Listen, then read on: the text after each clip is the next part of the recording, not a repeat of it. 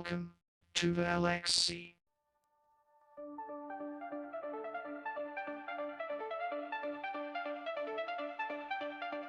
And the ranks rise up, League of Legends pride, amateurs unite in LXC. Dan, you need to run. Yeah. They're rifting mid. We need all mid. I can look for an engage here. Yeah, if you see something. I don't have aura for 4. I don't have aura next. for 4.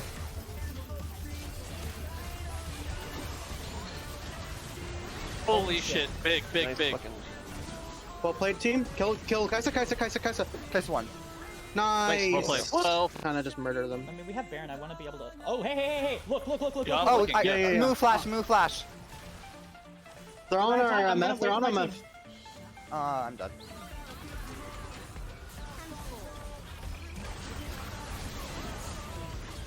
Check those kills in. Holy Jerry's shit. pushing bot. Jerry's pushing. Jerry, stay spot. Jerry's spot. I'm gonna keep this wave mid. But yes. I don't think we can two. Like, We don't end here. Yes, we don't end here. I'm being chased. I feel like we end here. I'm just gonna lob over here and smack this shit. That's rude as shit, Lucian.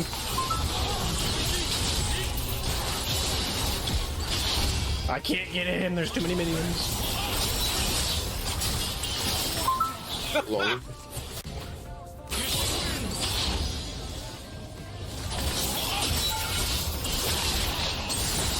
You got a Draven behind you. Fucking trolling. I thought I had all. They were all here immediately. Emerald all the way, victory in sight, shining in the night.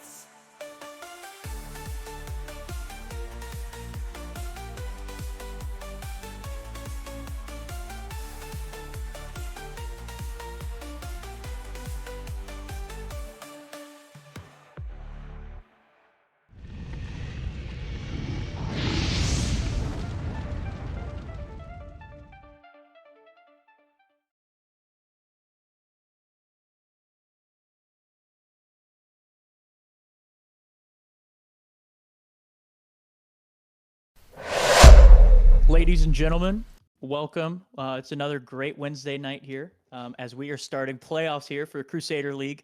I'm going to be one of your casters today, Badger. Usually a Crusaders player, but I get the blessing of not being in a play-in, so I get to cast tonight. And I'm joined here by my caster, Righteous. Righteous, wait, where's my other caster? Anywho, he's going to be here in just a second, I think, right? Hopefully he's going to be on his way soon. But I'm going to kind of just like sit here for a little bit, talk about my thoughts on these teams, right? I have a little bit more experience because I've played against a lot of these players, especially expired bandits, right? We played against them last week, and it was a really good series. Even though it was 2-0, I was still very honestly. They played super well. Robust Octopus, that guy is a menace on the TF. Had to ban every single game. And I think another champ that could really show up is his Jace. Like most of the 80 mids with the patch, right? We're on patch day, 14-18. Kind of got taken out of the meta a little bit with those fleet changes. But Jace, I was looking at some of the stats, sitting at a 52% win rate right now. He's looking pretty good. And I think that's going to be a potential pick that could be early from the side. But honestly, so I didn't even talk about our matchup today. Our matchup is actually going to be Expired Bandits, the 5th seed from Sector 1, going up against the 4th seed from Sector 2, the Caged Monkeys, right? Uwu Slayer's little playground, right? And I was trying to get insider information to see, the Caged Monkeys, right? What is their favorite monkey? But unfortunately, they didn't give me the answer I was looking for. I couldn't find it. So I guess we'll never really know what that's going to be looking like. But it's okay, just talking kind of about how I think the Caged Monkeys and Expired Bandits are going to be drafting against each other. The champion I want to highlight, champion I hate with a passion, is Seraphine, right? She is on both, but so for the side of Expired Bandits, Kaneki is a very, very big Seraphine 80 carry player with over 44 games. This split alone, that's a whole lot, but I thought that was a lot. And then I looked over at the Cage Monkeys side and I see that Keki plays, kill me if I pronounce that wrong, but they have 114 games on Seraphine with a 63% win rate and almost a 5.0 KDA. Right? I think the Cage Monkeys were the ones who elected to go blue. So I'm going to guess that's probably their first pick if it doesn't immediately get banned from the side of Expired Bandits here. But we'll have to see. I also think some other picks that we need to be looking out for is Mendev. Mendev is very known for his tank junglers, right? He's played the Sejuani. He plays a Mumu if it's up always. Plays the Zac, right? I think a Mumu's probably a champ that's going to be looking to be banned here in this series. But also other champs like Zeri. Zeri from the side of Onset in Cage Monkeys. He's done very, very well with it. Also, when Akeki overall looks to be more of an enchanter player, going to be playing these stuff that's going to be able to buff up the hyper carries that maybe Onset's going to be wanting to play. I think that is a ban that really needs to come out from the side of Expired Bandits here. But also just like kind of talking about the individual matchups of these teams as well, right? I'm looking at it. Everybody's talked about it. I know I just gush about it all the time, but I think right now Cage Monkeys, their real win condition has always been Uwu Slayer, right? This guy, when he gets the champs, when he gets the matchups he wants, he's able to absolutely dominate, right? I think he's sitting at third place overall. Yep, third place with 99 kills in the league. And it's like he's only behind 280 carries, right? Davis and Striker. And I think for mid lane, that's really impressive to be that high. Because maybe it's me as mid lane, I feel like I like to be on an island half the time, but maybe he's just getting it done and getting involved. But I mean, like I said, also on the other side, Expired Bandits, their mid laner Robust is very good. I think of the play-in matchups you want to see someone to kind of shut down Ulu Slayer, I think Octopus can be your guy to do it, right? I think that for the side of Expired Bandits, they're really going to be wanting to play around their mid-jungle synergy. And I think the Cage Monkeys are going to have to try to really shut that down and try to make sure that Robust and Mindev don't kind of take that away from themselves, right? But we'll have to see. We're still kind of waiting on that draft, the draft leak. But you know, I sit here. I don't get the chance to be on the podcast too often, so you might be asking yourself, Badger, what are your playoff predictions moving forward? Right? What are you expecting to see? Just even past this play-on series, right? Maybe since I'm casting it, I won't predict this one, but I can go and I can look at some of the other predictions, right? So just looking at how the playoff bracket ends up going about, right? We see on the other side, not on LXC stream 2. So if this one ends early, you guys better hop over there. Galaxy versus Conduit. Galaxy Gaming, they're my boys over there. I think they probably beat Conduit 2-0, I would say. I could be surprised. Then the winner. But yeah, we'll have to see. Galaxy 2-0ing a Conduit. We'll see though. Bare minimum Syndicate, obviously 2-0 bare minimum, right? Like, what else is gonna happen? And then RAR versus Summoners After Dark. RAR Storm, you're my biggest hater, man. And I'll be honest, I'm gonna be your biggest hater too, because I don't think you guys have a chance against Summoners After Dark. You know, we'll see. Maybe that's a little crazy, but I think that team is legit. And even though I put them as number 2 on my power ranking, I'd probably still argue that team probably could be number 1. And I'm very, very lucky that I'm on the opposite side of the bracket for both Summoners After Dark and Clown, because I think those guys are legit stinkers. But yeah, so quarters is oh, you are right. Quarters is going to be best of 5. Today it is a play-ins match, so technically the round before quarters, right? Your Sweet 16, if it was March Madness, but it's just going to be best of 3 today, right? And then yes, so what we also know is I talked about it earlier, right? Cage Monkeys is blue in this best of 3. They are going to be looking to get those priority picks, right? We talked about it earlier. Seraphine is probably going to get banned, but if it's not, it's taken instantly by the side of Cage Monkeys. I just think it's gonna be a lot of. Honestly, I think this is one of my better parts, and one of the things I'm the most excited to see is playing on a patch day. You kind of don't know what champs are the like real winners yet because you don't have enough information, right? So I was looking at the U.GG kind of like ranking out the stats. And what I'm seeing is it's like right now you're seeing that those burst mage items are kind of doing pretty good, right? You're seeing Nico is sitting at a 57% win rate. Oh man. And Diana 54%.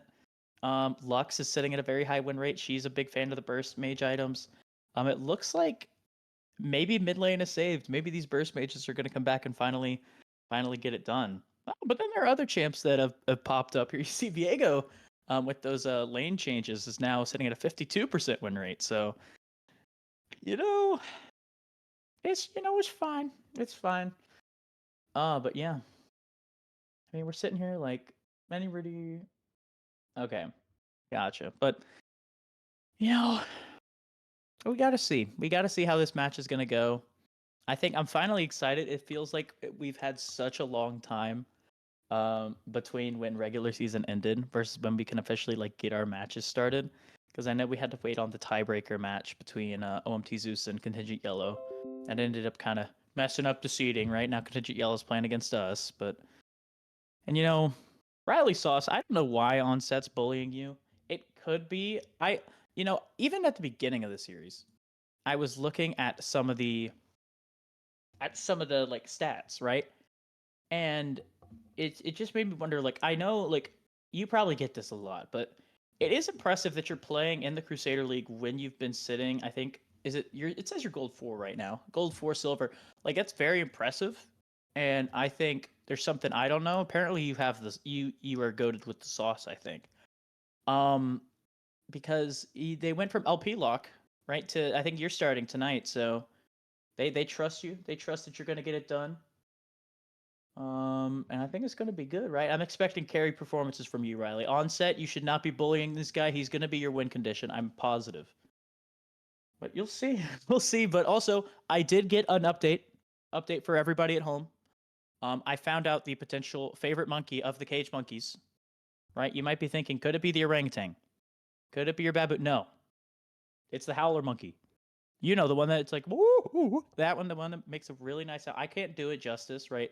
I would try, but I don't know. I don't know if it's going to be good enough for the cage monkeys, if they're going to accept it. But it's like, it is what it is. I think that is a banger monkey choice. Everybody in chat, what is your favorite monkey? Because I'll judge you very, very much depending on what your favorite monkey is. I did also I was honestly gonna look at it, be like, what is every member of Cage Monkey's favorite monkey? I think personally mine is the orangutan. I think he's goated. He's just doing his little point, right? He's a character. He's a beast. You always want to find him at the zoo. They're so fun. But hopefully for the Cage Monkeys today, they can stay unleashed, right? They can keep going in this playoff bracket. I don't want to be seeing them in a zoo. I don't want to see them caged up. I want to see them free. Because I think I want to see a banger series, right? I want to see the 2-1 everybody wants, right? A 2-0 that isn't close. Those are boring series to cast. You want to see the bangers. And I know you guys at home want to see the bangers too. But yeah, I don't know. I'm wondering what these teams have been preparing for themselves. But Kenny, I like that monkey too. That one is also my favorite. I can't say that. Well, don't say that about my top laner. He gets it done, man. You should have seen him on Quinn yesterday. But it will be good. It will be great, right? We're getting these links. Hopefully in just a second, right? I wrote it down what my predicted bans were going to be. From the side of, well, actually, I don't know if they want me to say it, right? Because maybe I give the teams the inspiration they need. I'm gonna wait till draft starts, right? To make sure that they know what's going on before I just leak my insider information, right? The draft wizard that I am. But yeah, I can't leak, right? Look, man, Ted, the only thing I'm gonna be leaking about our scrims is that we have not lost a single scrim ever. Anybody who says that we have is lying. Ask very talented on the podcast. Bare minimum does not lose scrims. But baboons are pretty goated. That Venny, you are onto something 100% there. So I actually one time I was abroad in Africa, and there were not wild baboons, but there were baboons that were close to where we were staying, and those things are massive. They're a lot scarier than you'd think, especially when they're just 20 feet away from you looking at you. They get a little scary. But still, I think they are an amazing creature. And I think even though they were a little spooky because of how close I was to them, I think, yeah, you're not supposed to smile. You're not supposed to show, raise your lips, right? I think that's what, that's probably why. I think I was just standing in fear so that they didn't charge me, but it was like a big baboon with all of his ladies. And I'm like, oh gosh. So he was probably what's it called? Alpha? Maybe the alpha of the pack or something. But he was a big dude. But anyway, it was a cool little story. Just wanted to share that cool little story with you guys. Since these teams they're taking their time with this draft draft lull, guys. I'll be honest. We're sitting here waiting it out. I'm yabba dabba doing, right? Fred Flintstone would be proud of me, I'm pretty sure. But we'll see. I'm kind of surprised. I know I talked about Riley Sauce, right? I think he's going to get it done. Yeah, I think the Cage Monkeys, I think what they have is they have the heart. They have the heart and the passion. I think what is honestly boosting their team is I think it's just a bunch of like either boys, it's a bunch of fellas, right? They're all together and I think the team synergy is through the roof. So I think that is the buff that could be on their side.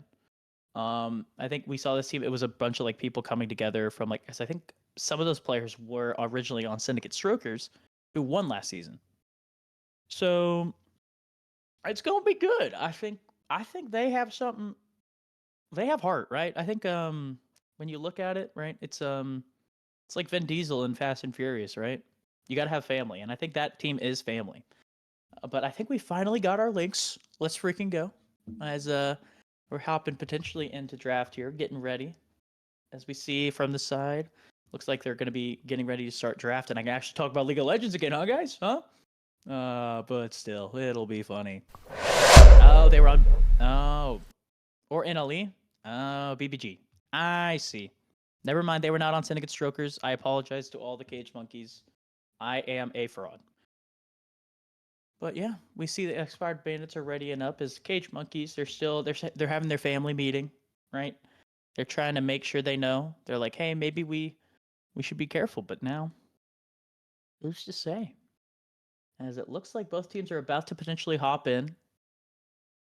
Now, yep, there we go. There we go, guys. All right, perfect. I can talk about League of Legends again, right?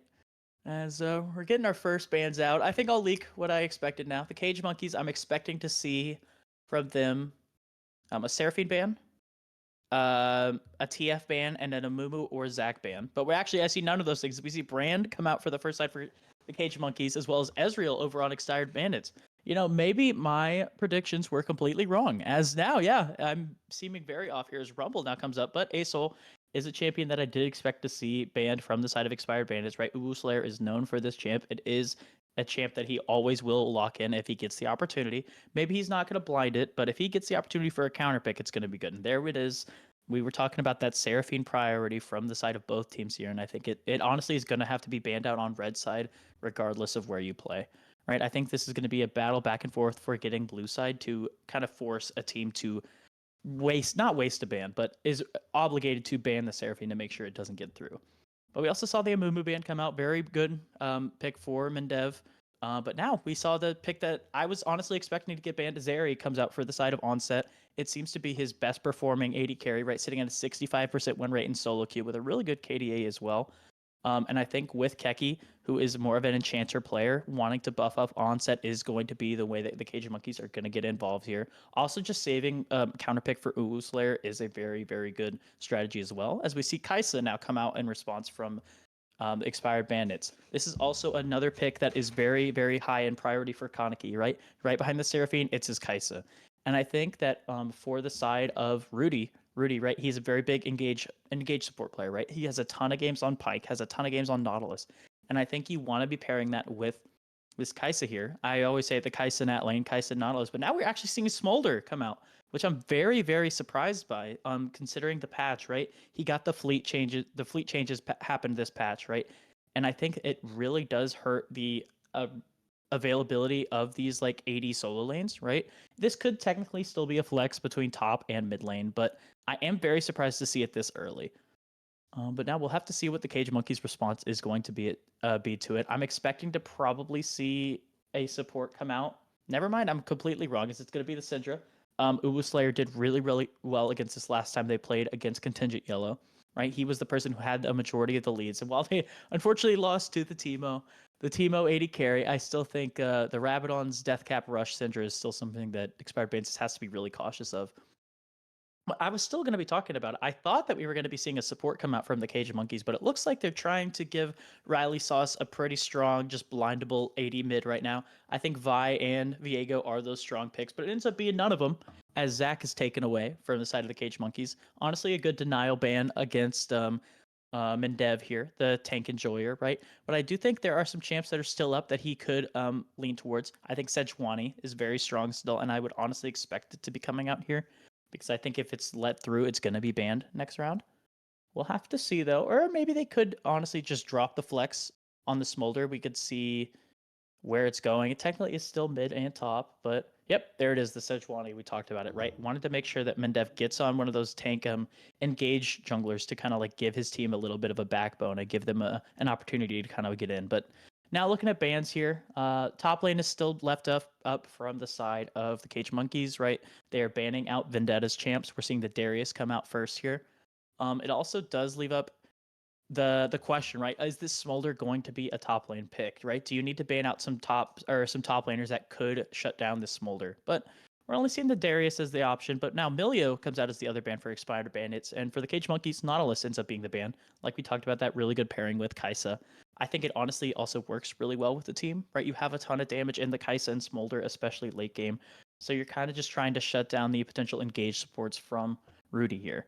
And right now we still see the Rel is that last ban here, but you can't ban all of them, and Alistar ends up being the response here, which is a pretty good pairing. Also does a great job of kind of shutting down the Zac, right? He can headbutt out of the Zac jump, but Silas coming out here potentially.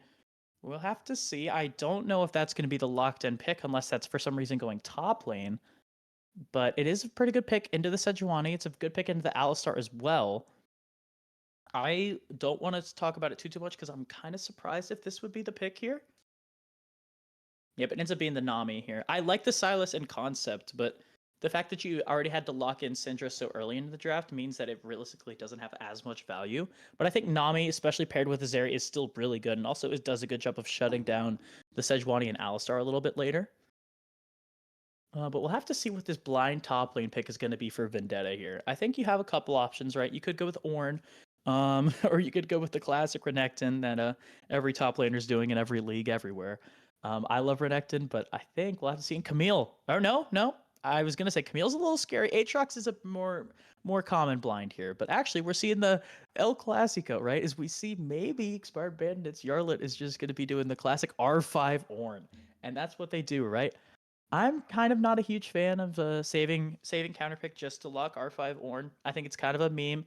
But I think it has a pretty decent matchup into the Aatrox. Aatrox can, if he performs well, get a lot of value, but you have 3 tanks from the side of Expired Bandits, and I guess realistically, your only really good tank shred is Aatrox, and I guess Azeri. Azeri can cut through tanks like if she has enough space, but it's gonna be a little bit tough. But I think as of now, I've talked a lot, right? I probably yapped you guys' ears off. I think we're going to have the spectator link get started here, and I think we're going to cut to a short break, and hopefully we'll be back with Righteous hanging out with us too.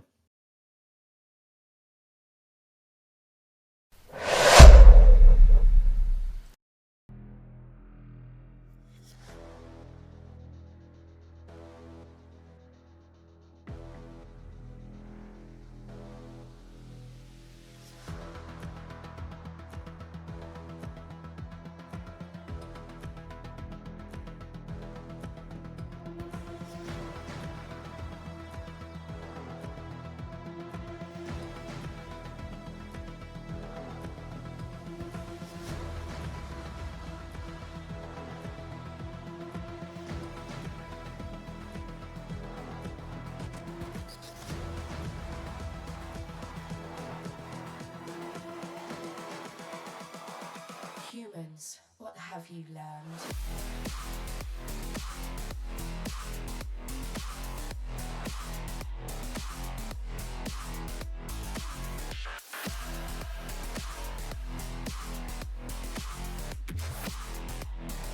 I was programmed to beat you.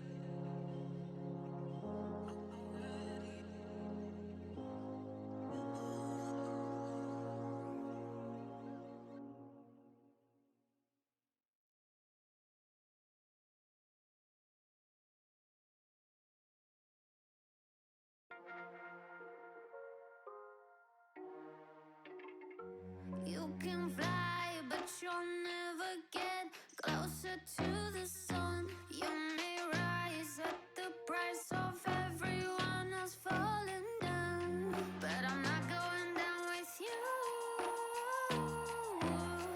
So you may rise, but you'll never make me wanna stick around you.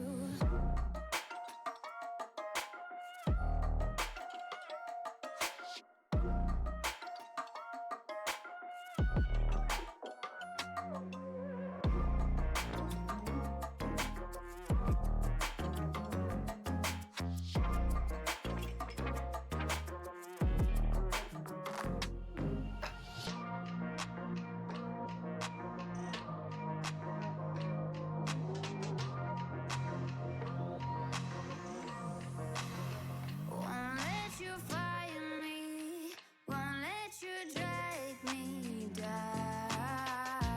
I won't even let the power that you own burn down the city, let it into the storm.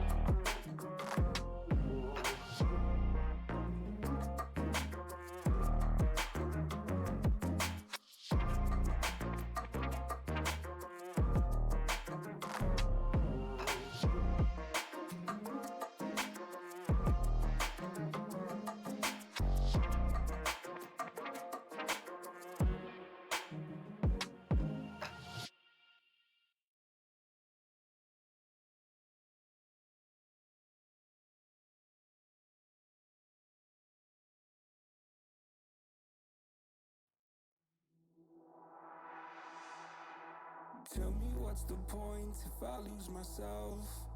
Spend a couple days with nobody else, holding in my breath just to see if I can find you in my dreams. Oh, I'm getting tired of losing faith and everything.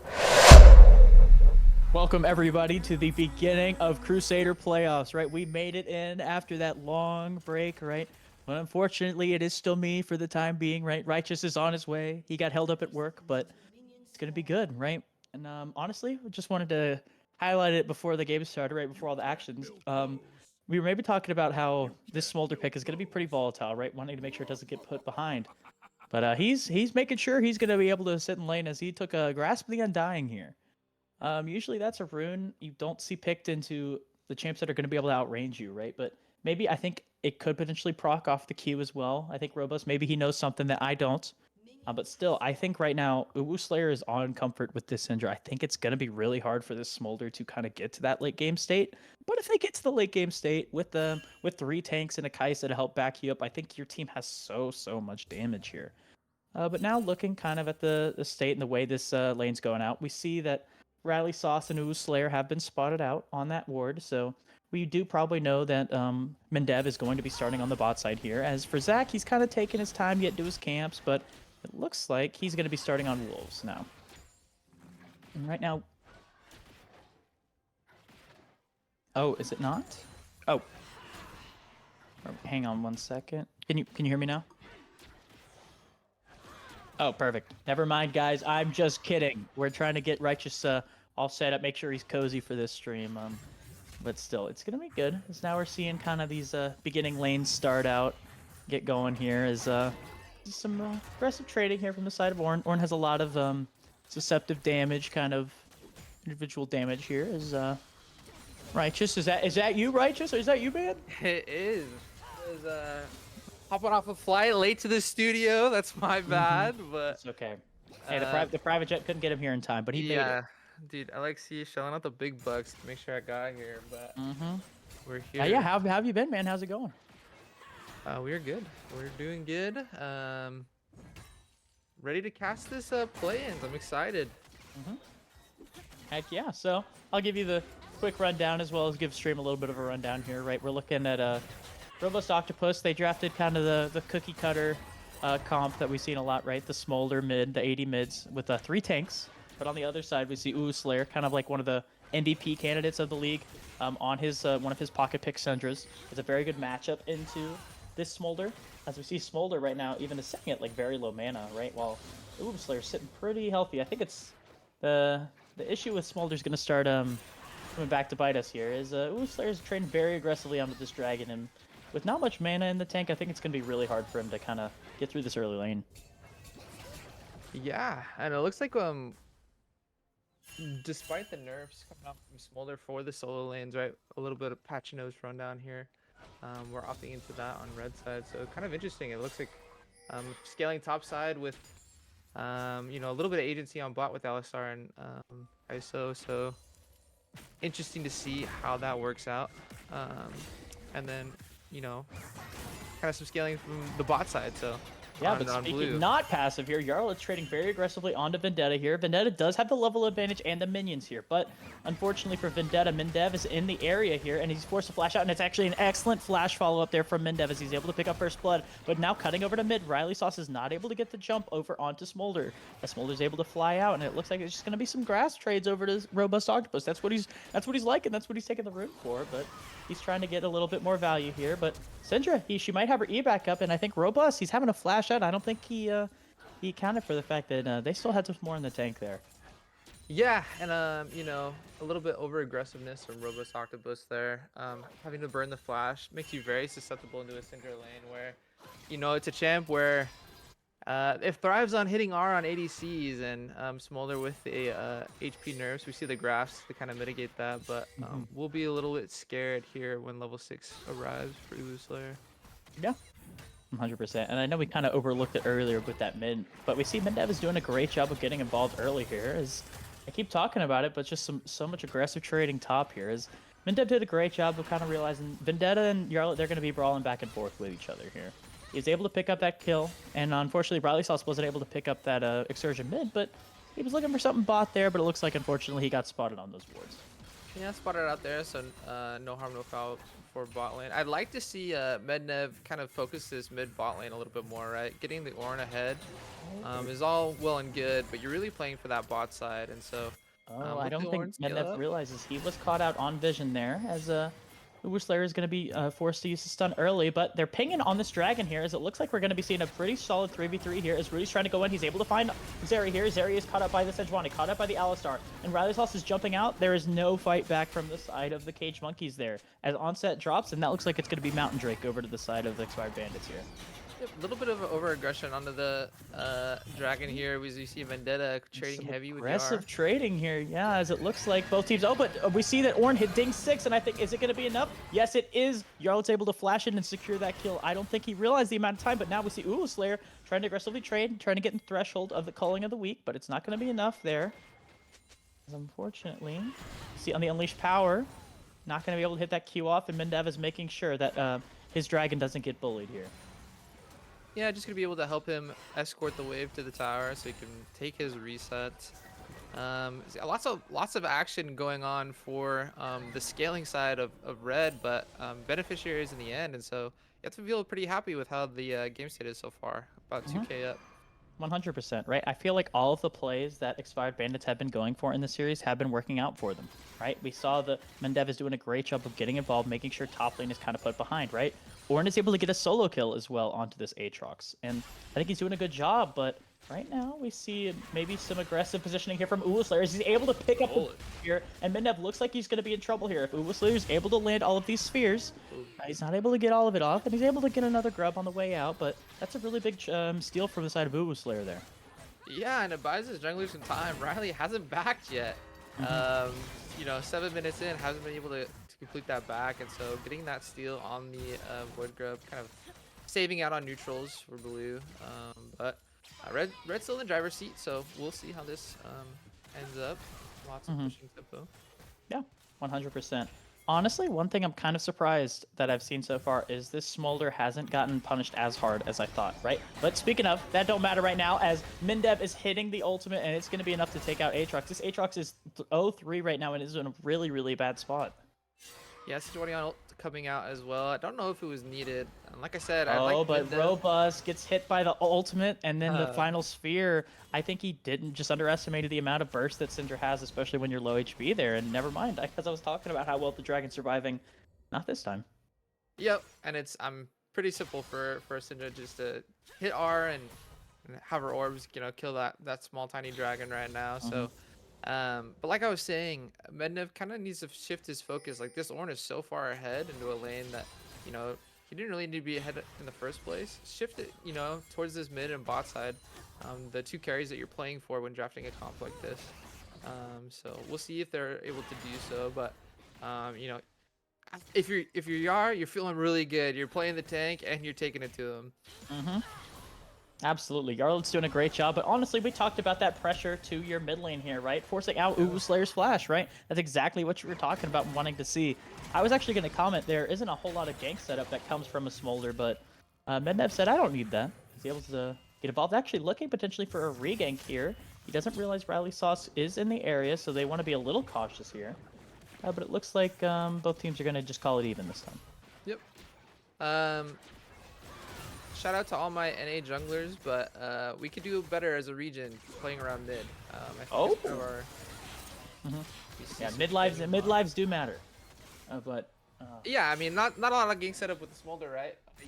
You have that slow coming out with the W, but it is the most gankable lane, and Syndra is not the most mobile carry, so definitely plenty of opportunities there. As you see Smolder just being annoying, stopping U's back. Sure.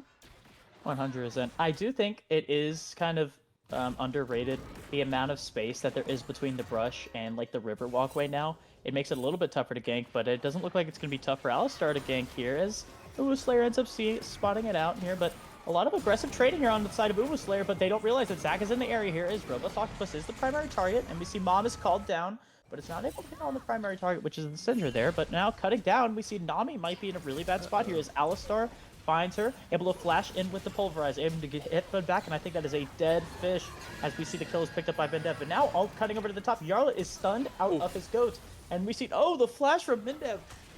Oh my gosh, it was not able to hit there. There is just a whole lot of shenanigans going on mid lane as that Grishal prison just went wide. Yeah, when all is said and done, it's only Kiki that goes down. Unfortunately, just getting caught out there, burning the sum. Unfortunately, not able to get out. Ooh, doing a really good job of, like we were talking about, absorbing this pressure while still, you know, not dying, not giving any advantages over to Robust and Smolder. Unfortunately, it was a little bit scattered there, and speaking of scattering, able to stop the Ornn ult, kind of saving their own life. So, all of that to say, Nami's the only one that goes down. Yeah. 100%, right? And I think, honestly, I just want to keep shouting it out. Mednev is doing a great job of just being in these vision pockets, right? Just going in these spaces where the support, and the support in the opposing jungler, they think they have a lot of space, but Mednev is doing a great job of picking out these champions who are just really out of position here. As he's able to reap the rewards there, and they're able to pick up another Drake. And shout out to the Alistar mechanics from Rudy. I don't know how often people are playing this champ anymore, but it's really easy to kind of psych yourself out. I mean, it's an easy combo, but how often do we see it missed? And I'm able to follow up on the Kiki. And so, second Drake secured by red side. The trade coming over for blue on Grubs, but I don't know if he's able to get this. Yeah, Mednev's just says, hey, he's just going to walk in and just smited it right in front of Riley Sauce's face as he's going in for the jump there, but oh, he's down a jump and Yarlet is in the area here. I think Riley Sauce is in a really bad spot, but Ulster doing a great job of forcing out Robust Octopus's flash. But we're going to be seeing a lot of trading here as Aatrox is able to pick up the kill on the Ornn. And right now it's just Robust Octopus fighting Vendetta here as he's chasing away, but now cutting down to the bottom side of the map, we see Kiki is in a great spot here. The support that roamed up here, and I think that's going to be enough to secure the rest of these grubs here.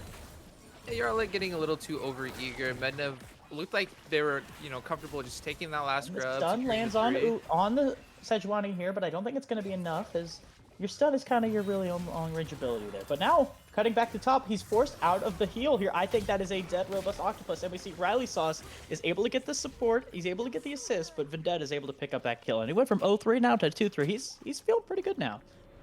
Yeah, still feeling good. Down 20 CS, and it feels bad in that department. But being able to call their way back is really good. And I think it stems from Yarley just being a little bit over aggressive, right? Mednev looked like they were positioning just to take that last scrub, deny the potential 4 from the blue side, and then get out. But to go down because of trying to salvage a play that really shouldn't have been made. Because you made the smart call, right? Mednev's like, okay, I'll just take this scrub, 3 for 3.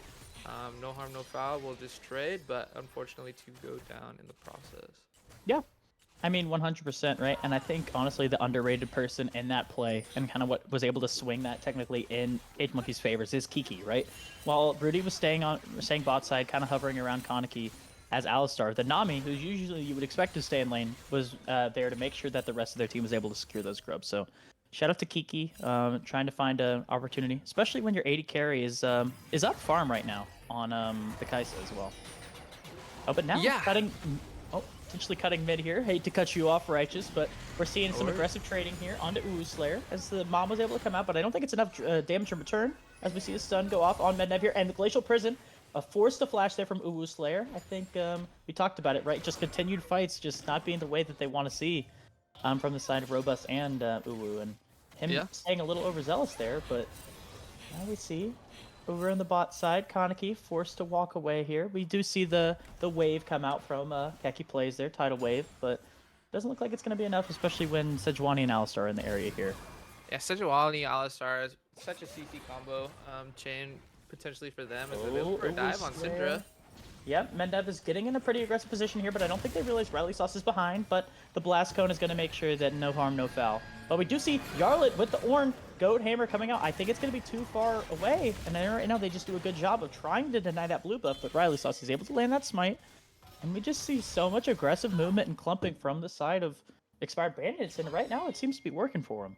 Yeah, and this is why you play around mid, right? You unlock that middle third of the map, able to move into those quadrants that otherwise might be unavailable to you, especially with the power that Syndra brings with her ultimate. And so unlocking that middle part and then kind of just making these two tanks kind of go where they please, that they're gonna CC you to death as we see. Speaking of going where they please, right? Alistar headbutting out Riley Sauce. He's able to get the ultimate off, but we see a 2-man stun on the side of Uwu Slayer, right? Uwu Slayer is not touched in the back here. But speaking of top, on touch, Vendetta is not going to be able to heal enough through the rest. Oh, maybe he is actually, as he's able to get the combo, and he's able to get the final hit to get the massive shutdown on Mednev. This fight might have just turned completely on its head, but Uwu Slayer still in the back, has not been touched enough, as he's able to land a massive stun into the ultimate to able to land 2. Uwu Slayer is going crazy here. It's just Yarlet left alive, but we see mid evolve, and I think Yarlet has no chance as Uwu Slayer goes absolutely crazy and picks up a double kill for himself.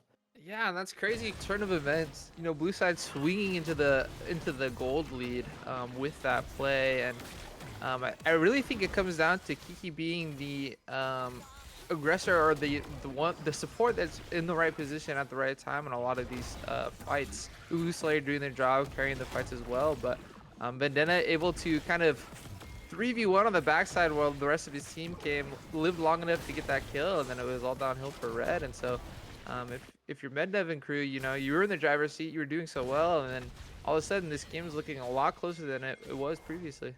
100%, right? It's underrated. I know you talked about it, but how long Vendetta survived in that fight, right? He was able to get off all 3 of his Qs, able to land the sweet spots where it needed, and he was able to pick up that massive shutdown on their jungle here. It ends up being like not the Gray's turn, but now we're seeing a little bit of action here on this jungle. I thought this might have been a free one for the side of Expired Bandits, but Cage Monkeys look like they want to contest this here. As we see Zeri and Nami moving in, but we see Zach is charging up. I think he's going to jump in here. He's not able to land on two, but he's able to get the ultimate off, and I think right now it's going to be a contested Drake. Uwu Slayer gets the kill on Alistar, and Midnight falls next. They are doing so much damage to the side of this, honestly, just double 80 carry comp. And right now, Kaneki's doing a great job of trying to keep it alive, but that's a dragon over to the side of Cage Monkeys now. Yeah, I want to pronounce their name. Is it Keki or Kiki? I've been saying Keki. I think it could be either or though. I'm gonna say Keki. I'll be in agreement with you. But Keki did such a good job there, using the Nami ultimate to split the team, forcing the Smolder out of the pit while keeping the other two in, and then gets the double bubble, setting up that play. And it was really just, I mean, Keki did a lot there, able to secure 2 kills plus the dragon, and all of a sudden blue teams. Yeah, but now we're seeing some aggressive, and unfortunately, Kaneki did not realize that there were a lot of members from the side of Cage Monkeys under that tower, and Uwu Slayer able to land the stun again, right? This Shadow Flame Rush, Syndra is getting so much value here, as she already has her fully stacked Dark Seal, right? I think a Medjay's could be coming out for Uwu Slayer this game. I think a Medjay should be coming out for Uwu Slayer this game. They've been able to navigate these fights so well from a positioning standpoint. You know, we talked about, you know, the CC coming out of the Alistar, out of the Sejuani, even the Ornn, and just able to dip, dodge, dive, and duck. Is that the 5Ds of dodgeball? Yeah. But they're playing so well, and instead they opt for the funny hat, and so lots of damage coming out of this Syndra. If you're one of these ADCs, be scared. Wait, I didn't even realize he already has funny hat. He has 3 needlessly large rods in his inventory with completed items before 20 minutes. This guy with first strike, he is Mr. Moneyman over here. And it's all the gold in his pocket. It's such a good champion into these double ADC comps, especially when you have just 3 tanks, because once you blow up one, it's really on one ADC to carry the rest of the fight, right? And this Syndra was the last person who wanted to get ahead, and all of a sudden is looking like they're gonna be able to pretty much 1v9 the rest of the game. Robust. Yep, I think he unfortunately did not realize it was Slayer's an Aaron. Oh my gosh, that is so much damage from the side of Uwu Slayer. This champion is absolutely unleashed right now. Oh my gosh. I mean, this is a scaling champ that in 19 minutes has 2 items, 2 completed items, 10 stacks. This Syndra is really scary, and if you're red side, like, you know, it's easy for Syndra to hit ult and blow up one of these carries, but it's just as easy to change wait a minute. the champion. Oh, fortunately, the side of Mendev and Rudy were not able to catch Syndra in time, as she's barely able to get away with that recall there. Yeah, and Uwu's, you know, with that pressure drawn bot side, Ornn's forced off top, and it's going to be a free power for blue, and it's looking like smooth sailing for blue so far. But like I was saying, there's so much CC coming out of red side's comp that, you know, all it takes is one slight misposition for the Syndra to get, you know, Sejuani ulted, Ornn ulted, Alistar comboed, you know, so it's not over yet, but that's the target if you're red side, is take care of Syndra. Completely agree. It's Uwu Slayer. He's able to land all of these. Oh my gosh, that's just one Syndra combo, and that almost resulted in Kaneki's head being exploded there. That didn't even need to use the R there. And I think right now, I know you're talking about it, there is a lot of CC from the side of red here, but I think Syndra's okay to kind of play these fights front to back, right? Place her balls down a little bit early, and then wait for that opportunity. Kind of have it back in your mind. Where's the Smolder? Where's the Kai'Sa? And land a massive stun. And I think it is really hard if this Syndra plays super far back. I just don't see a really easy answer when your main 80 carries. Well, you have Kai'Sa, who can potentially dive in if they're able to catch it, but I think it's going to be tough. Yeah, I mean, it's definitely going to be tough, right? You're looking at a, you know, a little bit over a 3k gold deficit for red side here, and a comp that, you know, wanted these 80 carries to get ahead so they could carry, because, I mean, there's not a lot of damage coming out of these 3 tanks that are alongside them, right? And so, you know, Syndra is scary, 6-0 and 3, but 207 CS on the Zeri, you know, 2.5 items here as well, and so if you're blue, you're feeling really good. You feel like you could just group up and take over the map and win. So Expecting to see them make some aggressive moves, posture around this dragon, and then depending on how that goes, look for a Baron. Completely agree. I think this dragon is going to be what I thought was going to be the place of contention, but we actually see over on the top side, Mendev is trying to aggressively position here for a lane gang top lane. They're looking to actually, it looks like they might be willing to give up this dragon because they're just trying to break open this top tower here. As I don't know if Vendetta may realize that something's going on. Out. Yep. Yep, he sussed he's it well out. aware now. Good job there from Vendetta. And I like this call from Red, right? You're putting Tempo into your own hands. You're saying, hey, come respond. We're gonna take another tower. You guys can take that dragon. We're already one up, and if you guys. Oh, and they're choosing to aggressively go on Vendetta here, as I don't think he respected the amount of damage that 4 people can do, and Kais is able to pick up a kill. First one for her. And right now, it looks like it's going to end up being a trade. Monkeys were able to pick up that second Cloud Drake, but for Expired Bandits, they're happy with a tier 2 as well. So yeah, I mean, lots of gold in their pocket, right? And you know, you threaten the potential Baron tank. I don't think they'll go for it, obviously, as we see tons of damage coming out on the Ornn from Uwu Slayer.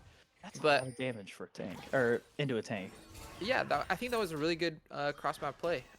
You know, you're forced out of the dragon side, so go to the side that you can. And Vendetta not respecting that his team was not going to be able to follow him, and dies while giving up two towers. So gold evens up a little bit.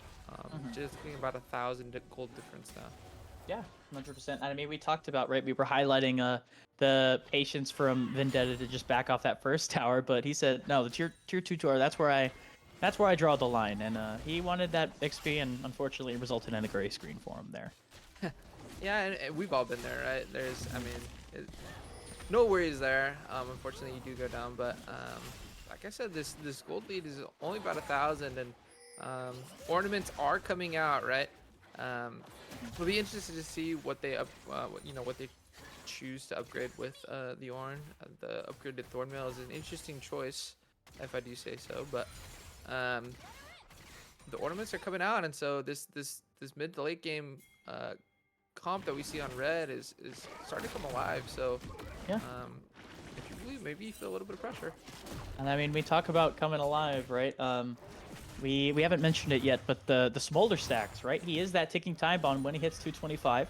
Currently, at the moment, it does look like Smolder is at 178. So he's kind of behind where he wants to be, right? But that's expected from someone who's 0-4 at this point. You don't have as much free time to farm, especially when Aatrox and Cinder are just going to be applying so much pressure on the side lane as well.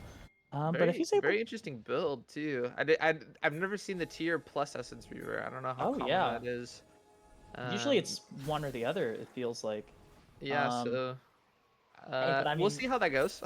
Oh, speaking of getting caught out here, Uwu Slayer I think is not in a good spot here, but he does a great job of flashing away from the Alistar combo. And we see the Glacial Prison come up from Mendev. They really need to pick up this kill here, and I think it's going to be enough damage as Mendev is getting a lot of damage even with that ultimate coming out, and that is a great pick, and it ends up being a solo kill for the side of Mendev. Okay, all I know is if I'm the 6-0 Syndra, the Sejuani one-shots me, I'm a little upset. But Mendev, knowing the champion's limits, right? Knowing that this Syndra can't make me die. As we see blue side start up this Baron, and not aware at all from Red. Well, hey, we see that Farsight come down, so I think they know now, but Mendev is not in the position to respond to this, so I think it's going to be a Baron taken over. But we could see if the side of Expired Bandits they want to contest, and right now they're just going to back off, as they think the shutdown on Syndra is worth giving over the Purple Slug. Which, honestly, at this point in the game, it could be. It could be, right? The one thing that's scary is we don't see a lot of wave clear coming out from Red side. We do have the 280 carries, and Smolder will get there eventually, but with the components he has right now, won't be able to effectively wave clear these Baron up minions. So does get a little scary. We'll have to see Tidal Wave come out.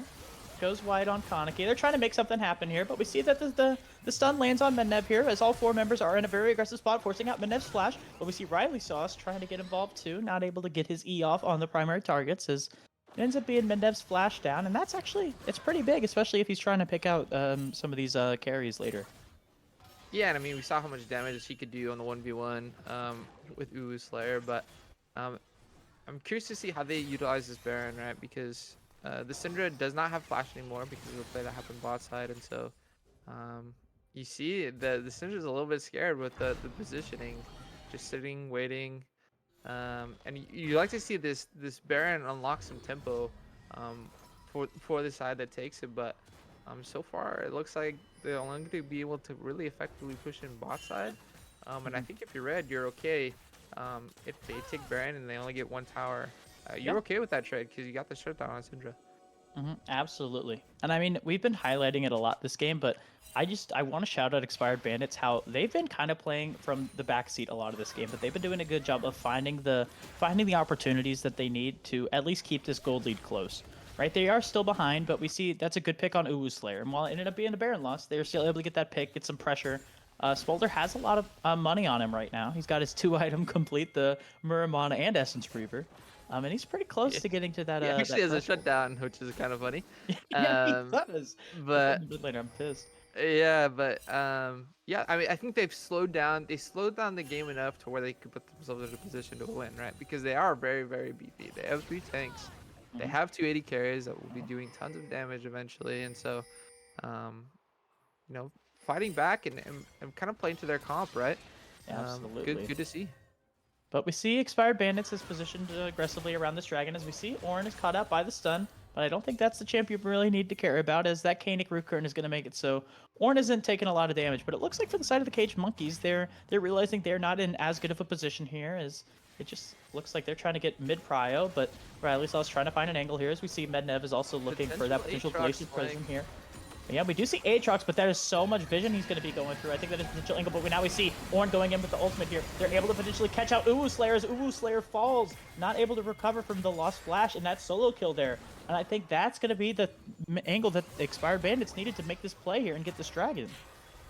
Yeah, and Monkey should just back off, right? Your carry that was so far ahead is now gone, and we talked about this, right? There's so much CC and lockdown potentially, and it was just one misstep. Uwu walking up a little too far forward. It's Mednev, the one person you don't want to leave. Oh no! He's over the wall, and Riley Sauce just flashes in and steals it right from under the noses of Expired Bandits. But Robust Octopus has his stacks. He has 225 as that Execute is able to trigger the Zac passive. Ash is able to pick up Riley Sauce here. He's able to pick it up, but now we see Zeri popping the ultimate, but there's a dragon wall in front of you as you don't have a lot of room to kite out as it ends up looking Riley Sauce drops. But I'm so surprised they were able to get that dragon there. Mednev went over the pit and then I think immediately realized their mistake when they saw the Zac just charging a slingshot, and you know, it happens. I like to say I've never done that in my life, but I've definitely, you know, been the jungler leaving the pit and being like, oh crap.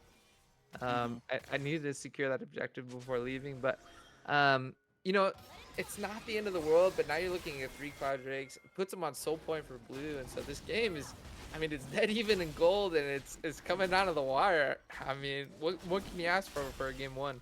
I mean, like I talked about, right? The amount of the gold lead that H Monkeys had, right? They had done a great job of setting themselves up.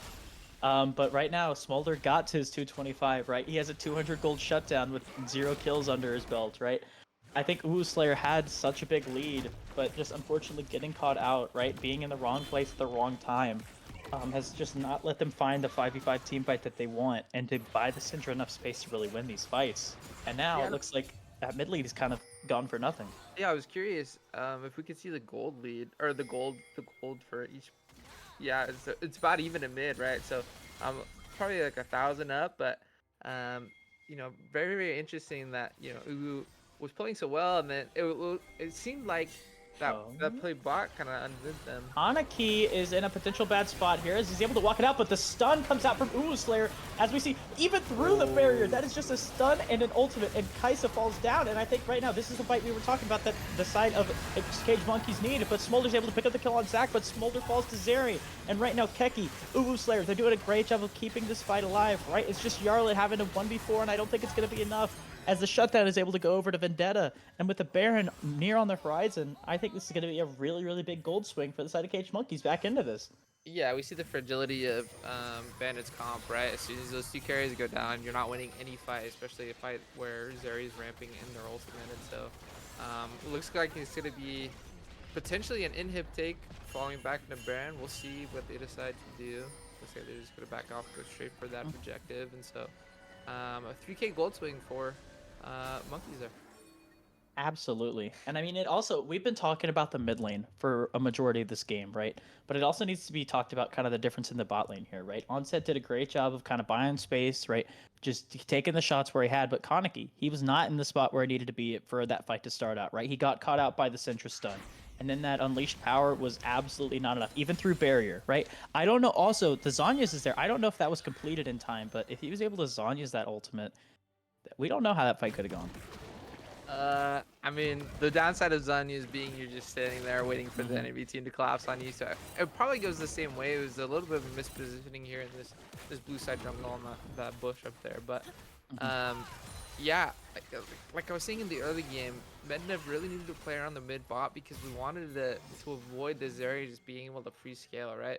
352 farm, you know, almost full build. It's very, very scary. You know, the Syndra kind of losing their tempo in the mid game there, but also we saw the damage coming out on Connect. So it's anybody's game really right now. We'll see how the rest of this shapes up, but both teams kind of cautiously playing on this Baron. Absolutely, but we see 5 members of the Cage Monkeys are collapsing here mid. They're looking for an angle here as they're choosing to go on Rudy, but we see Riley Sauce getting his E off. It's not going to be enough as the stun from Syndra doesn't hit, but Mob is able to get a lot of damage here. But right now, Robust Octopus, he's trying to fight for his life, trying to get enough space bot, but I don't think it's going to be enough here as Zeri is able to pick up the kill. Syndra's able to pick up the kill. Kaisa goes in and is able to pick up the shutdown onto Nami, but I don't think that's worth at all the 1-for-1 at this point in the game as Uwu Slayer is able to pick up a double kill. But down on the bottom side, we didn't talk about it, but Jarl was able to pick up that tier 2. So it's not great, but I mean, hey, it was something. I mean, it's definitely Baron secured, right? And Yarlet opting to save the TP. Maybe he thought the fight was to be lost before he could even get in, but maybe he'd like to see it come down just to salvage his play, especially with the game being so close. But we'll see if Musa is able to utilize his Baron a little bit better than last time. I don't think any major towers or objectives were taken with the Baron buff, so that needs to change this go around. Yep. Absolutely. As now we see the members of Cage Monkeys, right? They're trying to claim that soul point. 4 clouds over to them. They are going to be absolutely all over this map. But we're seeing Vendetta trying to get some aggressive trading here. He's got to be very cautious of Smolder, right? Smolder uncontested is still going to pump out a lot of deeps here. But we see the Cage Monkeys are in a very good spot to fight this. We see Riley Sauce gets the engage. He's able to land the E onto Robust Octopus. But I don't think there's enough damage to follow up on the back here as Kaneki's fighting in the back. But now we see Mendev trying to buy space, trying to kill these carries. He's able to pick up the Nami there, but Syndra's able to kill in response. Smolder, he has not a lot of HP, but he's able to get these Qs off, trying to fight Vendetta. But Vendetta is healing so much as we see that all the carries are left, as we see both mid and AD carry are fighting for the life. But Uwu Slayer, he does a great job of not taking too much damage here. But Kaneki does a great job, able to land such a clean W and ultimate there and is able to walk it out as we see tries to dodge the E. Unfortunately, it's not enough, but still, that's a pretty clean turnaround. It ends up being a 4-for-4. Yeah, and this Baron that was taken, all that's left is Uwu Slayer with that buff, and so we were just talking about we need to utilize this Baron a little bit better. Maybe the option was to, you know, say, hey, we don't have positioning for this Drake, let's just run it down mid, get inhibs on the top side, but instead opt into a fight, and you know, it was even, it was 4-for-4, but now you're down that buff and buying time for this double AD carry team. Absolutely. And even though Kaneki was able to pick up that 1k shutdown, he is still sitting about 3k behind this Zeri right now, right? If they do not pick off these carries from the side of Cage Monkeys, these fights are going to be so hard here. And I think that was honestly, it was a really nice play, really clean to be able to pick up that kill. And unfortunately, you do fall to Uwu Slayer, but this is what you got to be looking for, right? You got to be looking for these outplays and just letting your tanks buy you enough space to hopefully make a miracle happen here. And I think it prevented a potential dragon take, right? So we're going to see this posturing around for this neutral objective second time. We'll see what the difference is for this fight. Vendetta might have spotted out Yarlet here as we see some pings going out, but Uwu Slayer does a good job of landing the stun there, but right now, Expired Bandits are in a much better position here to take this dragon, right? If Midnev doesn't go over the wall, I think this could be pretty solid here, but the side of Cage Monkeys, they're kind of just hovering right over the wall, looking for an angle here, but it looks like they're trying to make a potential play onto Vendetta here, as they're just trying to get mid-priority. make sure that that tier 2 inner doesn't fall. But there's a lot of congestion over this Drake here, as we see Riley Sauce is able to get in, but we see the Glacial Prism land onto Syndra here. 3 members are on Uwu Slayer, but it's not going to be enough, as in the back, Riley Sauce found the angle onto Robust Octopus, right? They're able to get the kill, and Kaneki is trying to force. Vendetta and Riley Sauce did a great job of getting out these carries, right? You aren't able to go in with these fights if you don't have the damage behind it. And Austin's able to pick up a double kill. It looks like it's going to be his triple. It's going to not be his quadra, as Uwu Slayer picks up one for himself. But right now, that is a clean ace from the side of the Cage Monkeys. And that's going to be game 1 for the Monkeys as well. As we see, they have a wave ready and waiting for them, and they should be able to clean it out. And you know, it was unfortunate. We saw the pick on the Uwu Slayer, but it was 3 tanks against the world, and on the backside, your carries were fighting for their lives, and a little bit of miscommunication leads to their downfall. Absolutely. And I mean, we talked about it even at the beginning of the, well, I guess I mentioned it in the beginning of the draft, right?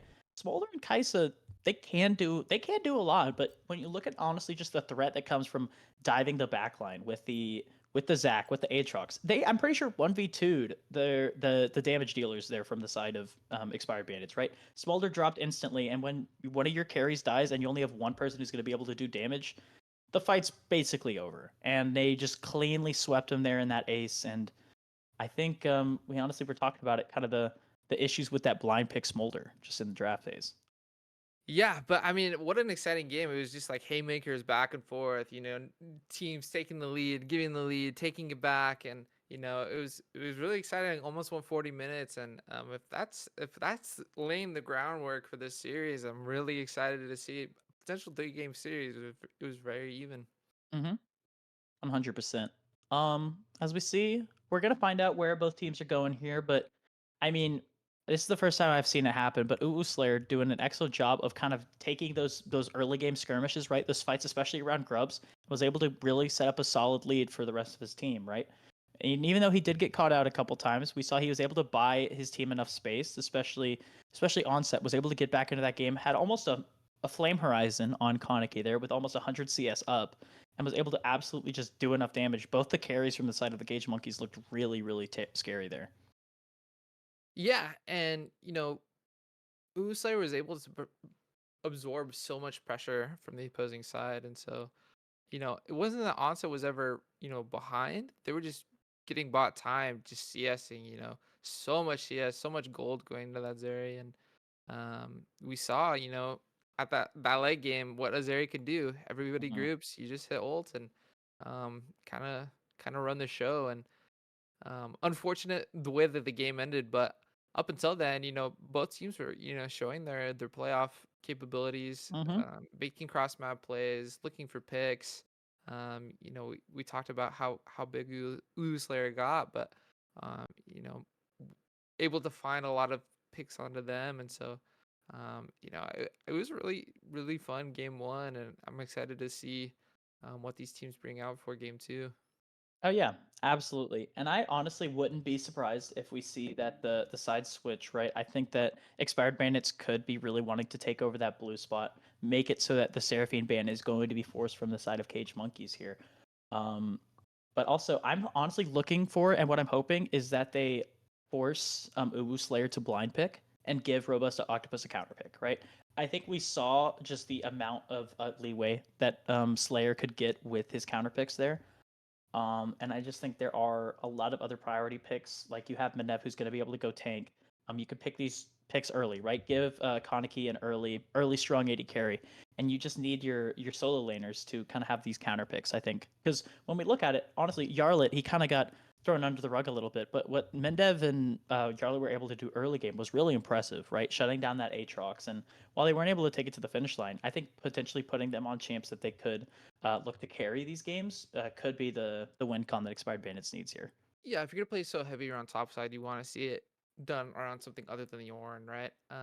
Not that you know it was good looks and they were able to get you know some nice leads, but it's an Ornn and it's a Sejuani, and so um, not necessarily the champions you think can take over a game. And if they opt into that, it'll be interesting to see what they pull out as they opt into the blue side. So maybe they have a high prio pick they want to see on that B1.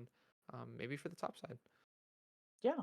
Hang on oh, we're trying to see here, trying to make sure that our producer has opportunity to get involved, get in this game here, as we want to be able to stream this for you guys. Uh, there we go, as we're able to get them in here. But yeah, could you say that? Never mind. But anywho, I completely agree there. Think it's yeah, I think we're gonna have to see how this draft ends up playing out. Righteous. Yep. Yep, Bandits opting in for blue. Monkey's gonna be on red this go around. Hmm. There we go. Perfect, perfect. That was also, but yeah, I think you said, oh yeah, it is gonna be monkeys on blue, or no, monkey? Did you say monkeys on blue, or is it gonna be Monkey's on expired? red. Monkey's Monkeys on on red red. this go around. Okay, They're swapping. Yep. yeah, that does make Uh, sense there. But yeah, anywho, and it's you know I'm excited to see what these teams end up doing. Um, I mean, it was a really big patch, right? So I don't know how much you talked about that before mhm. draft game one, but I think it was like 17 champions ending up with a nerf list, and I Yep. think like 13 or 14 getting buffed, and some of those are like placebo nerfs and buffs, but we already saw like I think I think Smolder probably struggles into the Syndrome matchup Oh yeah. before the nerfs, but um, just kind of exacerbated with the lack of HP early, and so uh, we'll see if these teams adapt to like maybe a new meta forming or have some meta reads because of this patch, but I'm excited to see. I mean, for you, looking at the patch notes, what are some picks you think might come out of the woodwork? Some things we haven't seen for the majority of this split that might have some power. Yeah. So I guess as the resident mid laner here, right?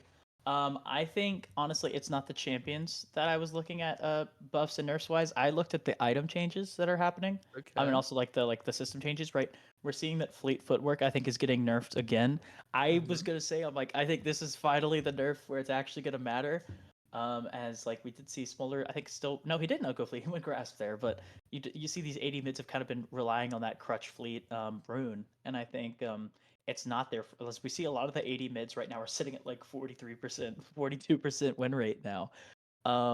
But honestly, just the burst mage items are kind of coming back, right? We saw Storm Surge buff, we saw Shadow Flame buff, right? Uwu Slayer, he did pretty good on that. And then Ludens, right? I think I'm hoping that its AP mids are back, especially burst mages. I think burst mages are fun to see. Um, and I'm hoping that it ends up being a change in the meta but I guess like we talked about it, right? Expired Bandits, they kind of went with that old style, not thinking about potentially current patch, but it looked like from the side of Monkeys, they kind of had a idea of the patch read, right? Getting value out of that Syndra pick. Mm-hmm. Also, it's a fun fact, but I guess Nico right now, I don't know if it's gonna stay, but I'm a big fan of Nico, and I think she's sitting at like a 57% win rate mid lane. That could be just because it's first day of patch, but I think these burst mages, these playmaking mids, are hopefully going to be the ones to come back. So Yeah, and I don't know. I know for a long time Samira was nerfed or banned by the league because of some spectator issues. I don't know if that's still the case. mhm. But those are some nice buffs. I would say some buffs for her. The Jinx as well. I'm kind of tired of seeing Jinx, but these different ADCs that we haven't been used to recently. I was kind of with the fleet footwork changes, with these different like AP items you were talking about. What kind of ADCs would we see? Um, so far it's been kind of standard, but we Yeah. are getting into the picks and bans here. So, Bandit opting to ban the Ezreal, and we see a brand in return paired with the And then Amumu. Amumu, one of Mendev's best picks, right? As we're seeing, I think it is likely that we could potentially see a Twisted Fate ban. From actually no, for expired bandits, I think they could honestly ban the Syndra again. I think it got a ton of value, but also maybe even just a Zeri pick. That is one of Onset's best 80 carries, right? We saw how well he was able to take that lead and get away with it. I think that is a very likely ban here. We're actually seeing Smolder come out as the ban. Interesting. I thought that chip. I didn't think it got enough value, but maybe expired or actually no, it was Expired Bandits that chose to ban it against the Monkeys, which I'm very surprised by.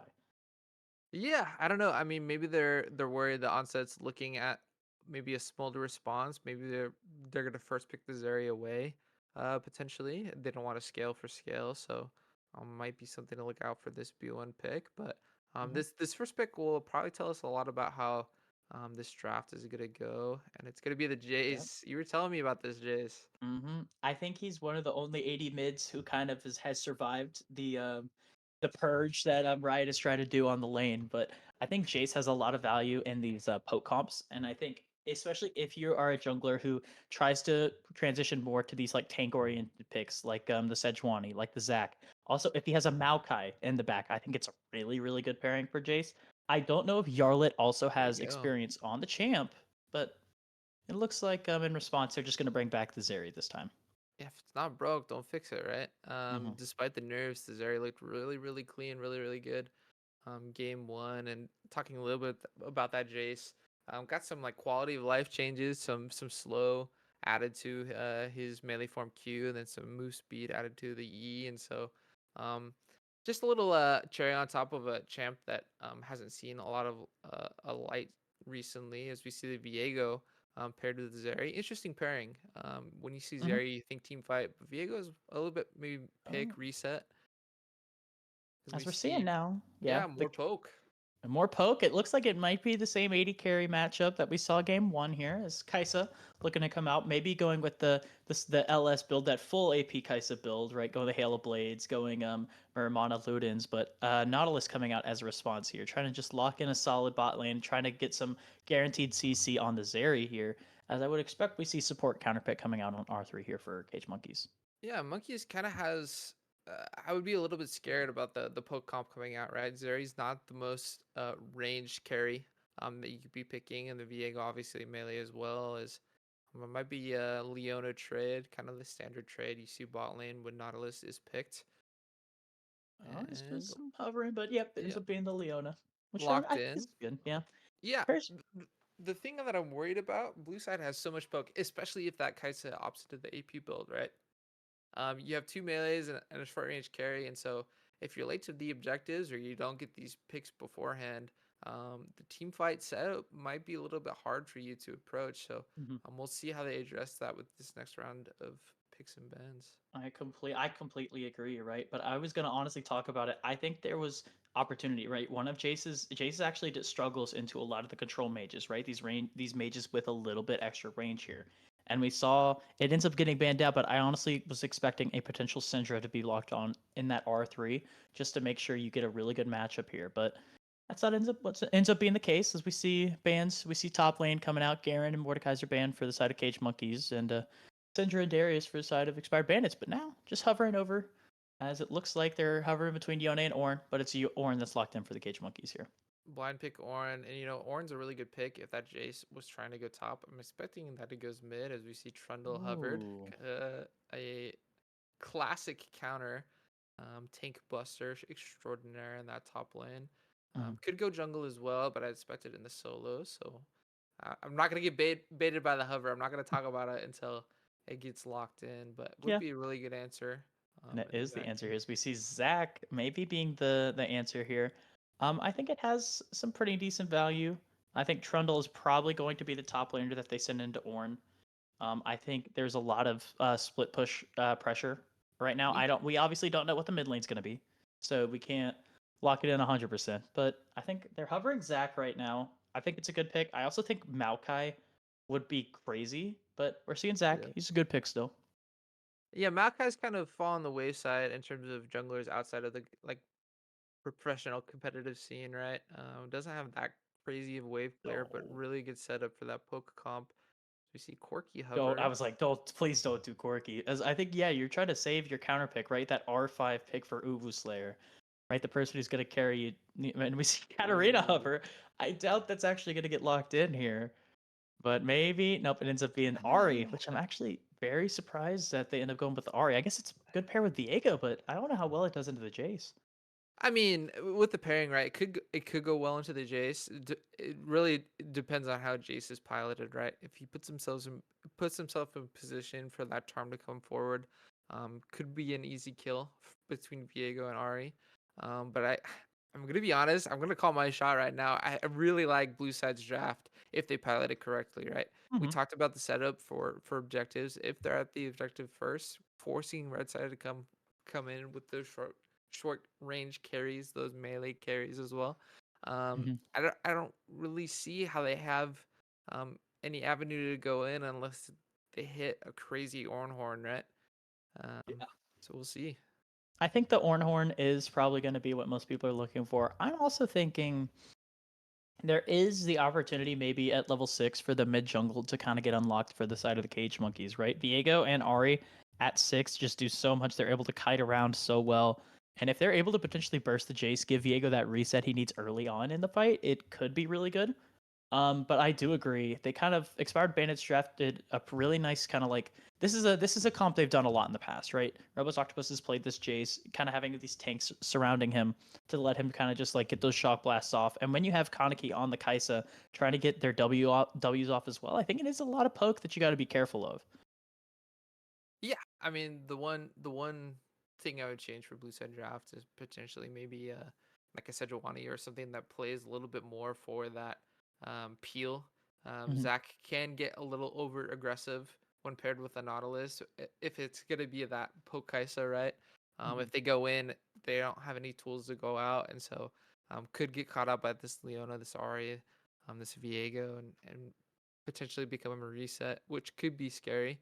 Mhm. Um, but I don't think it makes or break the comp, right? It's a 4-1 comp. You're gonna have Trundle split pushing on side into the Orn, and you're gonna be poking the rest of monkeys down around objectives, and so that's kind of how I expect this game to go.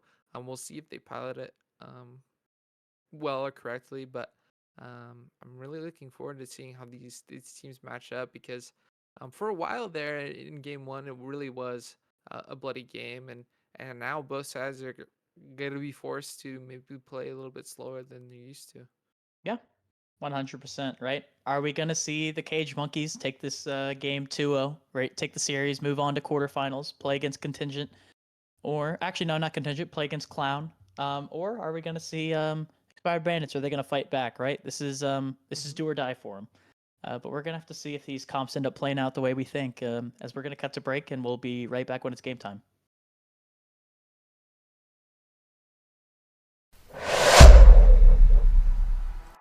Tell me what's the point if I lose myself? Spend a couple days with nobody else. Holding in my breath just to see if I can find you in my dreams. Oh, I'm getting tired of losing faith in everything I see. The beauty in the stars above have lost their hold on me. 'Cause I'm a sinner, I'm not a saint. A heart of a winner. So why do I turn away?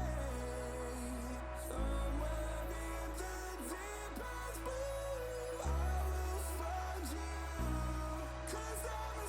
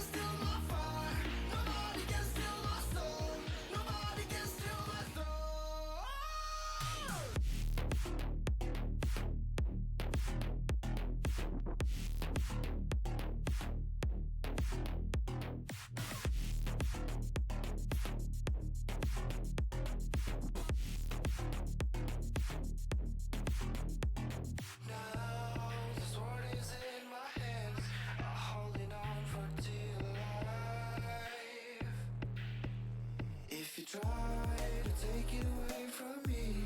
I hope you're up for a fight. 'Cause I've been kicked when I'm so down.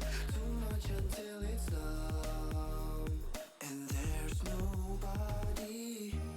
Nobody can steal my fire. Nobody can steal my soul. Nobody can steal my throne. Nobody can steal my fire. Nobody can steal my soul. Nobody can steal my throne.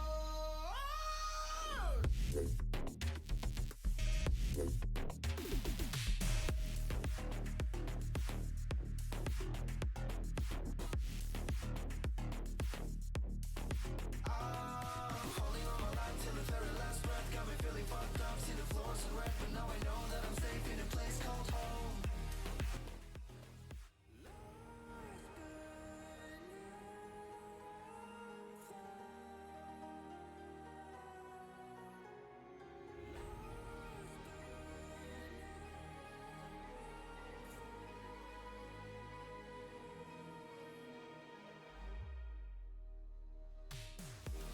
Nobody can steal my fire. Nobody can steal my soul. Nobody can steal my throne. Nobody can steal my fire. Nobody can steal my soul. Nobody can steal my throne.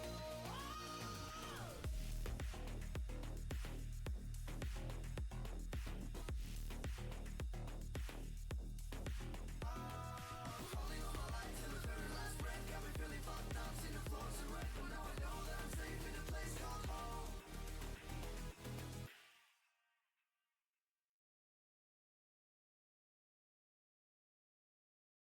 The bass goes boom as we enter, shaking the room from the back to the center, making you move to the track you surrender. Got you scrunching your face closed up. Boom as we enter, shaking the room from the back to the center, making you move to the track you surrender. Got you scrunching your face closed up. The bass goes boom as we enter.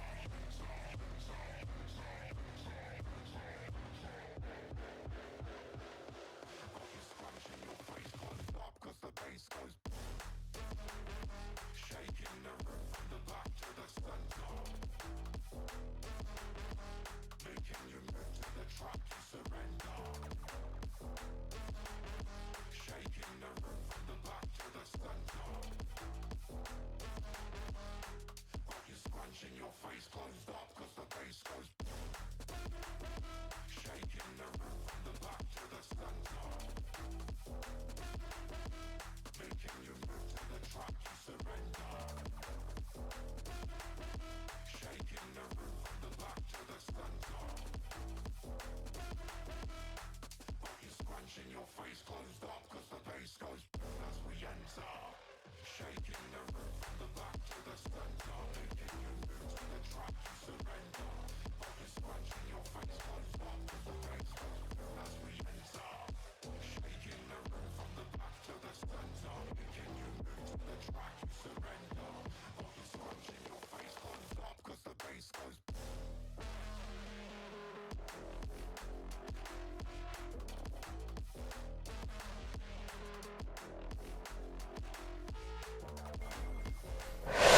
Right, coming into game 2 here of this series between Expired Bandits and Caged Monkeys, right? It's do or die for the side of the Bandits here, as they're gonna have to see if they can bounce back from that game 1 loss. But Righteous, is there anything you're looking at, right? Rune wise, summoner spell wise that is We talked a little bit about, we had some technical difficulties. We got to see the loading screen a little bit. No TP from Ari, opting into the Comet as well. You have Ignite Comet Ari, and then you have Electrocute Jace, which, you know, I'm used to seeing Phase Rush Jace if you're not going like the first strike or anything, but maybe this is new tech. Maybe this is something that I'm just unaware of, but it'll be interesting to see how this mid lane kind of plays out with these two runes that you don't necessarily see that often on these champions. I'll give Octopus a little bit more. Seeing some aggressive trade there, trying to get that ward. Takes the Q, but I've seen Jace honestly can go so many different runes. I think Electrocute is not one where I'm like, oh, that's the worst rune of all time, right? If you're able to get the burst trades off, I think you get some value here. But I think the ignite from the Ahri is the thing that I'm the most surprised by. I think Ubu Slayer did well, but you still got to be cautious as moving away from the shenanigans mid lane. We see both junglers looking to be starting on their top side and looking to path down, and honestly, this pretty volatile lane that's been set up here.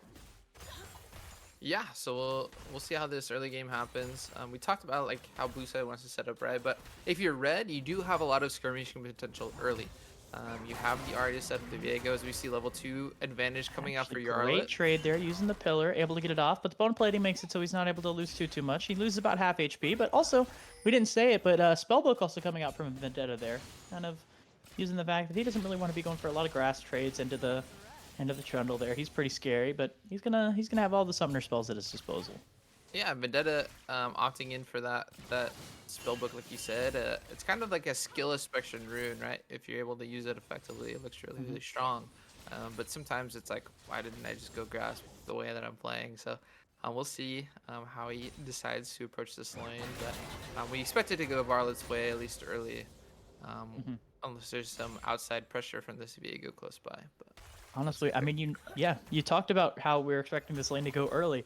I think this lane just goes well for Trundle the entire game, right? Yeah, Even that's late true. game, right? That guy is a tank buster, and I think if Ornn is not able to get these waves fixed to not give the Trundle enough time to kind of like put pressure on the side, and he's not in these team fights, I think it's gonna be tough for Vendetta to get value here. But it's kind of the difference in these comps, right? We have kind of a poke 1-3-1 comp from the side of Expired Bandits, but on the side of Cage Monkeys, they have a little bit of dueling and brawling with that mid-jungle duo in the Viego and Ahri, but there's a lot of team fight here. As we see some brawling coming out from Ubu's player, able to land a lot of his damage there, able to land the charm, land the Q, and has a really good trade advantage here over Robust.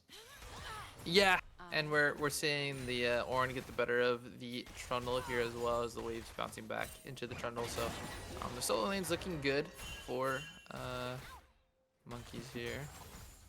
Absolutely, and we didn't even talk about, you talked about it there, but Yarlet taking not the best trade, but Vendetta doing a great job of getting the wave shoved, giving himself a timer to get that recall in. But now cutting over to the bot side, as Riley Sauce is kind of hanging out. There's a ward that's probably going to stop him, but we also see that this Zac is positioned very aggressively here, trying to look for a lane gank, as both junglers probably know something's going to happen here, as we see that the Zenith Blade lands onto Kaneki, right? Kaneki's hit here, but we see so much follow-up from the side of Expired Bandits. They're able to get a lot, but we see both flashes coming out from Onset, coming out from Leona, and right now it's just Riley Sauce, and Riley Sauce is not able to get it done. First blood goes over to Mendev on the Zac. Yeah, great positioning for the Zac, right? Like, Onset and Keki plays, trying to set up the Viego, having to flash out, and now all of a sudden Viego to flash in to get the stun.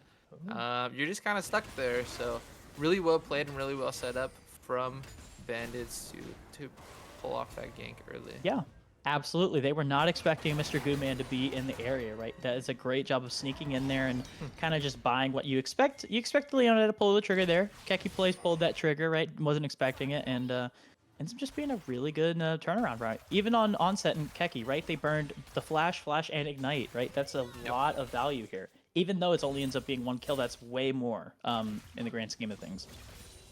Yeah, and those skirmishing tools that I was talking about Red Side has, right? Like they're really trying to carve out leads early in this laning phase, because we talked about like the approach for them is going to get harder and harder as the game goes on, as we group around these objectives. As the poke comes through, I'm expecting it to be some aggressive ping in here on the side of Yarlet, and we see aggressive ping in here. Actually bot lane, as Mendev and Fruity are hanging out here. Nautilus is going on his weekly expedition across the rift here, but looks like there have been a lot of pings, but nothing's going to end up being the end result of it. Nautilus likes exploring rivers. He's a man of the water. But yeah, like we were saying, like the longer this game goes on, and with the Halo Blades, I do expect there to be a variation of the AP Zeri, right? Or AP Zeri, AP Kaisa. Yeah.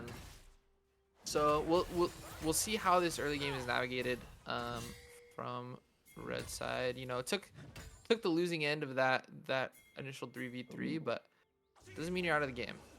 Actually, I want to mention it, right? Vendetta did a great job of stacking a massive wave under this Trundle, right? And it looks like with that priority and the fact that Keki's in pretty aggressive spot. They're going to be able to get these grubs, but we do see that the Zac is choosing to go in here. He seems to be by himself right now. Nautilus is in the area, but I don't think you have enough damage right now as Vendetta's going to use the Ornhorn. Vendetta, he's forced to burn passive here, but Ulu Slayer hasn't gotten that reset off here. He's able to get a lot of value still as Riley Sauce is able to get the Soul Possession. Robust Octopus forced to flash out. And then on the backside, Rudy picks up a potential, not Rudy, Riley Sauce picks up the kill as Ulu Slayer goes in with the ultimate, able to pick up the kill on Jace. There's so much going on, and ends up being a really, really good trade from the side of Cage Monkeys there. Yeah, and Bandits looked a little scattered, right? This isn't the first time that Top has kind of been, seems like in a different voice call than the rest of his team. They're opting into fighting over these grubs. They had the aggressive positioning in that bush that was red warded, but Yarlet's like, hey, my wave is shoved, and I just want to get my CS, and so a numbers disadvantage there, despite the fact that he might have could come down and maybe cleaned up. Oh, that but seeing some side. aggressive trading here is Onset's choosing to pop lightning here, but Rudy lands the Whoa. dredge line onto Zeri. Did not realize that Rudy was in the area, and that is a nice little pickup there for Kaneki. What a hook by Rudy, right? Onset thinks he's gonna get the solo bolo, the 1v1 that you hardly ever see in bot lane. Instead, Rudy says, nope, I'm still the support, and I'm here to support, so... Absolutely. If I'm Onset there, I'm probably really upset, right? He thought he had the opportunity, right? He did so good in that game when he's like, I can ego this guy, and unfortunately, he's like, man, I can't believe this guy's support is here to bail him out, but... Dishonorable 1v1. Dishonorable, but speaking of dishonorable, Midneb, he's coming in with the gank here as he's able to land the E in the dredge line, makes it so Jace is able to pick up the freest kill of his life. And with the shoved wave here that Riley Sauce is going to be forced to pick up, I think that's going to be Cloud Soul, or Cloud Dragon going over to the side of Expired Bandits. Just kidding, they're actually going to go in on Keki here as they land the E, they land the dredge line, and I don't think that Keki has enough tankiness to get through it as Jace picks up another kill for himself. Yeah, and this is reminiscent of game 1. Bednev linking up with Rudy, able to dictate the tempo early. Oh, as we see now, top side, Yarlet is able to get the ulti off, right? Vendetta already used his ultimate, and it looks like Vendetta's trying to survive. And even with the ignite coming out from Vendetta with the unsealed, it's not enough, and Yarlet's able to get the solo kill on Ornn. This is exactly where you want to be for Expired Bandits. Yeah, I mean, they're really just dictating this early game tempo. Vendetta trying to make the fight last a little bit longer. His ult was about to come up, could have gone his way if able to do so, but Yarlet takes the 1v1 that we're so used to trying to winning into these tank matchups. Gotta get a play for him as well, and feel really good about, you know, almost 30 CS up and a plate as we see Mednev set up. Perfect. As we see, Ulu Slayer having to force to use the Spirit Rush there. He might try to use the aggressive remaining charges he has. He's able to land the Q on Robust, but I don't think anything else is going to be happening of it. But yeah, we're seeing Robust is in a great spot this game. Yeah, and that's what did Ulu Slayer in the last gank where we saw Rudy link up with Mendev in the mid lane. Didn't have access to that ult or the flash, excuse me, and so able to capitalize. So we'll look for them to do that again while that flash is still down. Yeah, completely agree, right? As we see right now, we're seeing a little bit of a gold separation happen. This only ends up being 2k, which is at 10 minutes. It's not great, but like I've definitely seen worse here. But right now, I think you're looking to try to get Riley Sauce the resources he needs, right? Viego is still up 2-1, right? He's also setting up gold, about 200 worth over this Zac. I think if he's able to find these kills, right, use the support he has from Ornn here as he's going for this aggressive trading onto Yarlet, right? We see the Ornn hammer come out. Oh, but we see the flash predict. I don't know if that was meant to happen, but Riley Sauce is trying to get the damage off, but Yarlet is healing off so much, able to get that ult, able to steal, and right now, the ultimate from Riley Sauce is able to finish off the deal as he's able to pick up that trundle, and I just talked about it, right? This is what we need to see from the side of Cage Monkeys. So now... we see an aggressive entry here from Mendev. Yep, he's able to get the stun up on 2. But I think Rudy's doing a great job of buying time as they're able to pick up the kill onto Riley Sauce. Ulu Slayer's trying to just buy enough time for his team, but I don't think it's going to be enough as Mendev is running away. He's able to get that, I believe, the smite to finish off the job, but I don't think there's enough damage from the side of Cage Monkeys to finish this off as Mendev is able to stay alive. Ulu Slayer tries to get involved here, but it's not enough as Jace picks up a triple kill for himself. Yeah, and that was one greedy Zac kill away from being an 11-minute quadra for this Jace. 6-1-1. we're seeing the roles reverse from game 1 to game 2. Slayer getting the better of Robust Octopus on that Smolder. So he locks the Jace and says, the early game is mine. Absolutely, right? I feel like this team has just absolutely been corralled around Robust Octopus, right? Mendev, Rudy, they're hanging out with him. They are making sure, hey, we are going to get you in the position where you can carry this game, right? And Kaneki, right, they're kind of leaving them on an island, but they're doing a good job as they've built themselves up a kill, and as well as a 10CS lead, as now, right now, it looks like the whole map's blown up as Yarlet's able to take that first tower there for the side of Expired Bandits here, but... This is a... Whoa. Let me see another aggressive trade here. I was going to let you talk, but it looks like Yarlet, he might have overstayed his welcome here as he's trying to buy time. But, is he going to potentially be able to get out of here? Unless Vendetta finds the angle, the flash is going to basically secure it as we see Ornn picks up the kill on the overextended troll. Yep, overextended. Did get the tower, though, so that first blood tower gold going out for the Trundle, as we see Mendev going to be spotted out by this ward. Unfortunately. But... we see, but he's saying I'm just gonna make something happen.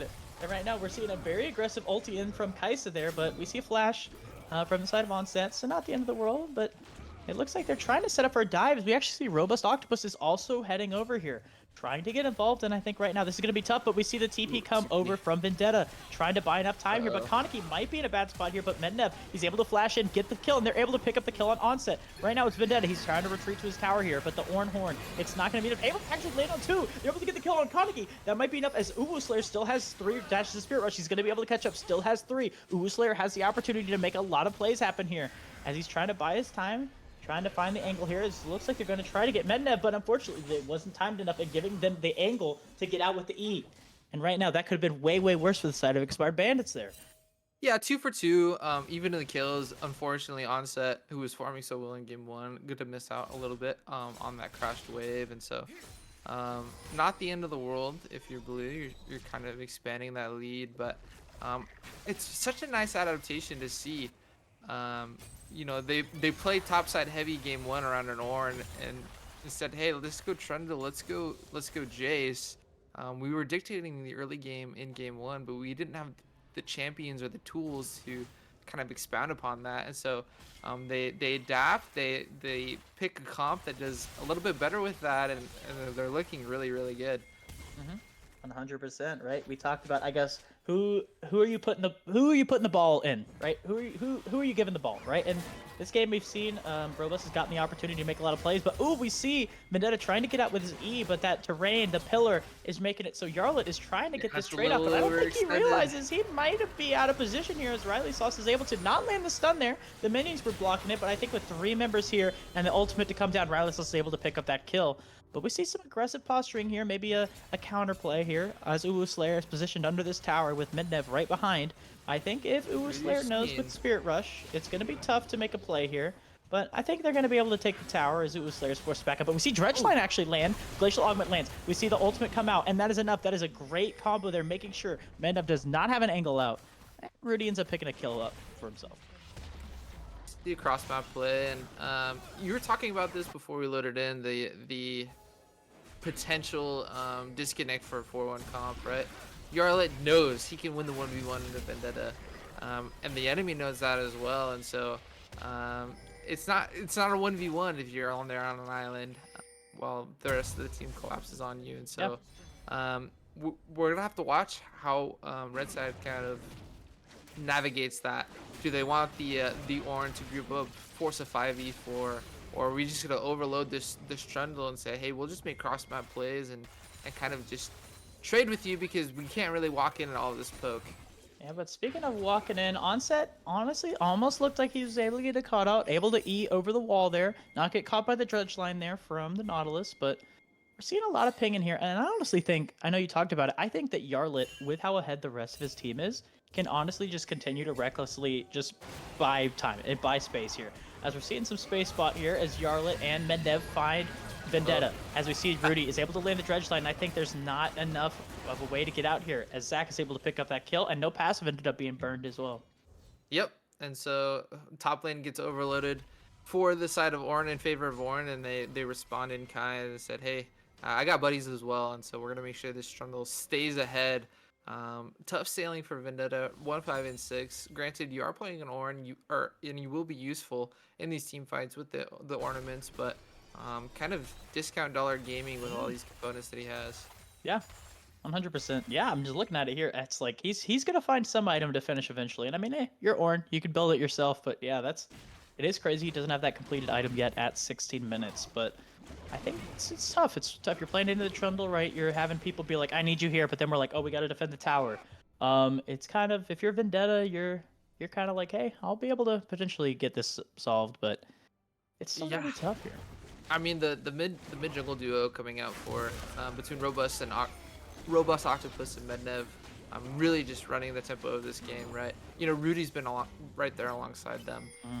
Kaneki being able to be a little bit more effective in the 1v1, being left down there, more so than what we saw in game 1. And so, like I said, this adaptation that we've seen has been really, really nice, and it is just going to be up to them. Can we clean it out, or can we end it cleanly? Can we avoid throwing? Can we avoid giving up these objective battings for free? And so far, so good for Mednev and crew. Yeah, 100%.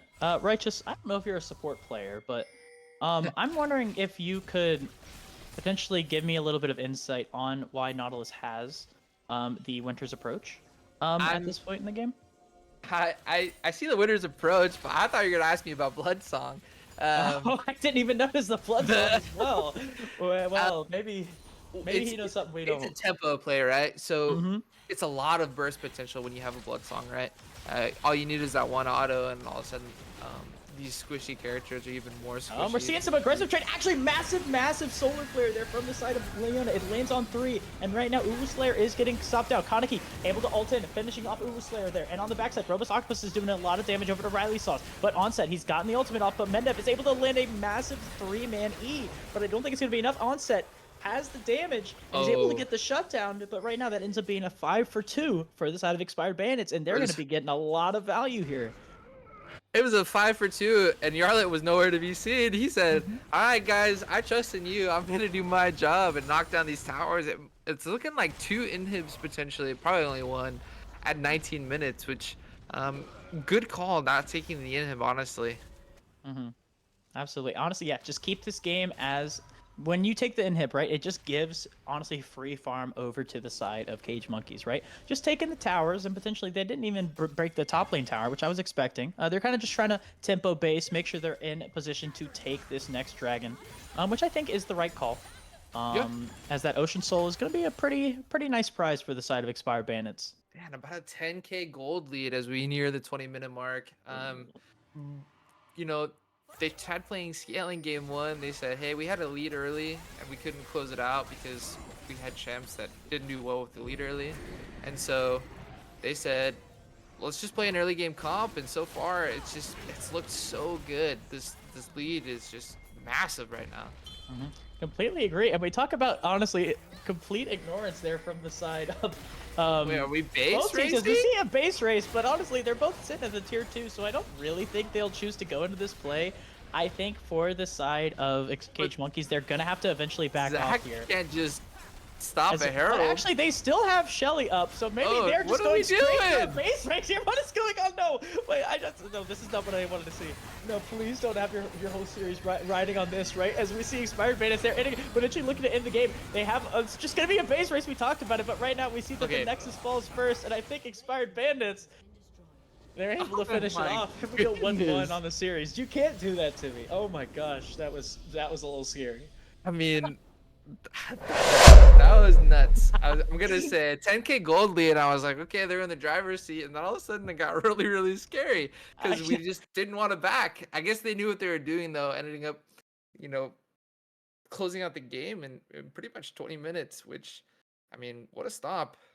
I mean, I think partially that is kind of a stomp, but at the same time, I'm wondering if that was a little bit of a, not a white flag, but like going like, hey, we're a little behind. We can go to game 3 here, from the side of Cage Monkeys, right? I do kind of respect the hustle. I think that was one of their better opportunities to get in that game, especially. I think if they had just a little bit more firepower behind them, that was going to be a really solid play from the side of from Man, Cage it Monkeys. Unfortunately, it doesn't end up going the way we wanted. It ended up looking kind of like a not a FlyQuest TL moment, but a I base was race. literally thinking that. I was like, I mean, it's kind of weird just kind of flipping the game almost, but we're going to game 3 and it's been a tightly contested series. Game 2 obviously way more one-sided than game 1, but that just means we're going to be able to respond. We're going to be able to adjust and both these teams are showing their chops and I'm really impressed.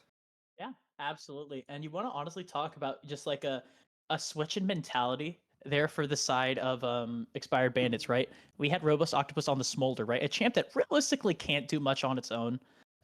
Going instead with the Jace, a pick that he has a lot of time on, a lot of confidence on.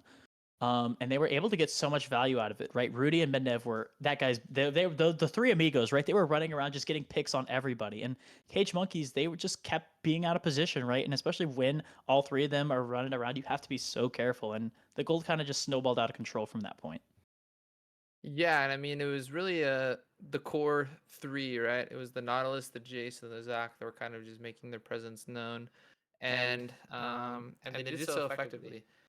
We saw the Trundle kind of do what he wanted to into the Ornn. A little bit hiccups there, a little bit overextensions, but really no answer for Red side, and we were a little worried about when we saw the drafts go through, and so like you said, it might have just been like a hey, we know you guys are gonna end in probably 5 minutes. We'll just make it end right now so we can get into this game 3, keep our mental, and maybe throw something better together. Yeah. But it's a 3-game series. I'm excited. 100%. And it looks like from my insider information over on the other side, right? The other match that was the plan. Thank you for the raid, by the way, Alexi Streep too. Shout out to Vish.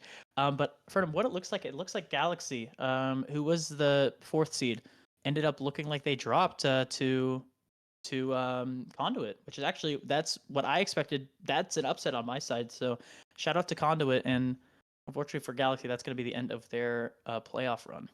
Old man genetics still at it. Mm-hmm. But yeah, I'm excited to see. It looks like we are going to have another swap. So 2 games of red for Bandits here, and so we'll see if they kind of figured out what they needed with that stop of game 2 and kind of make the adjustments necessary. Absolutely. I think you're going to be putting Yarlet and Robust Octopus on carries. And potentially, even though Kaneki, like Kaisa technically isn't a weak side 80 carry, they kind of just like Rudy was like, hey, I'm just gonna get involved everywhere else. Just do you survive, right? And I think they did a great job shutting down Uwu Slayer, right? That Ari had some moments, right? We were seeing a couple of Spirit Rush plays, but I just think also Vendetta got shut down so hard, and they just like they weren't able to find the angle they needed there for Cage Monkeys. But still, we'll have to see how this game plays out, right? We talked about kind of that priority of kind of like when like breaking what is it called breaking serve in tennis, right? Where both teams are playing back and forth, right? But the highest seed was the one that won that first game, so they're able to kind of have control over the series of where they go. So they're able to take blue side back, which is nice. They're in a good spot. And I think it forces out that Seraphine ban 100% for expired bandits here. Probably that R3 ban that we've been seeing. So they're gonna have to potentially let something through, which is they won't. Yeah, unfortunately, I wasn't around for draft game 1, so I don't really know how it played out. All I know is that it was a very fragile comp, right? It was based around 2 to 80 carries, 3 tanks. If any of the 80 carries got behind or just got blown up, the comp kind of fell apart, right? And so I think they learned their lesson, and I think they know where their strengths lie, specifically into this Monkeys team. Both games they're able to get a lead. Game 2, the difference being is we had these champions that do well in the mid game and can expound upon that lead, and so we'll see if they make that same adjustment, but on red side this time. Yeah, 100%. Right. I think we've seen the storied kind of success of Uwu Slayer in that game 1. Honestly, the entirety of this series of this season, even for this player. But Robus Octopus doing a great job of kind of responding back. Right. Even that Jace was blind. Right. He had the opportunity, he got counterpicked into, and he's still able to get that much value, right? They're going to be putting so much priority on these mid lanes, and it honestly is going to kind of depend on if Mednev, Rudy, Riley, Teki, if they're going to be able to find the ways to get their mid laners accelerated and get that so that they can spread their gold to the rest of the map. Yeah, and we'll see if Slayer looks to have a bounce back game as well. Game one looked really clean, a little bit hiccups getting caught out with that Sejuani. But game two looked like a completely different player, right? It really looks like the Bandits were able to kind of like gather themselves together and kind of stun the side of Monkeys because they really, I mean, I felt like they had no answer, right? Maybe that was the draft, maybe it was something else.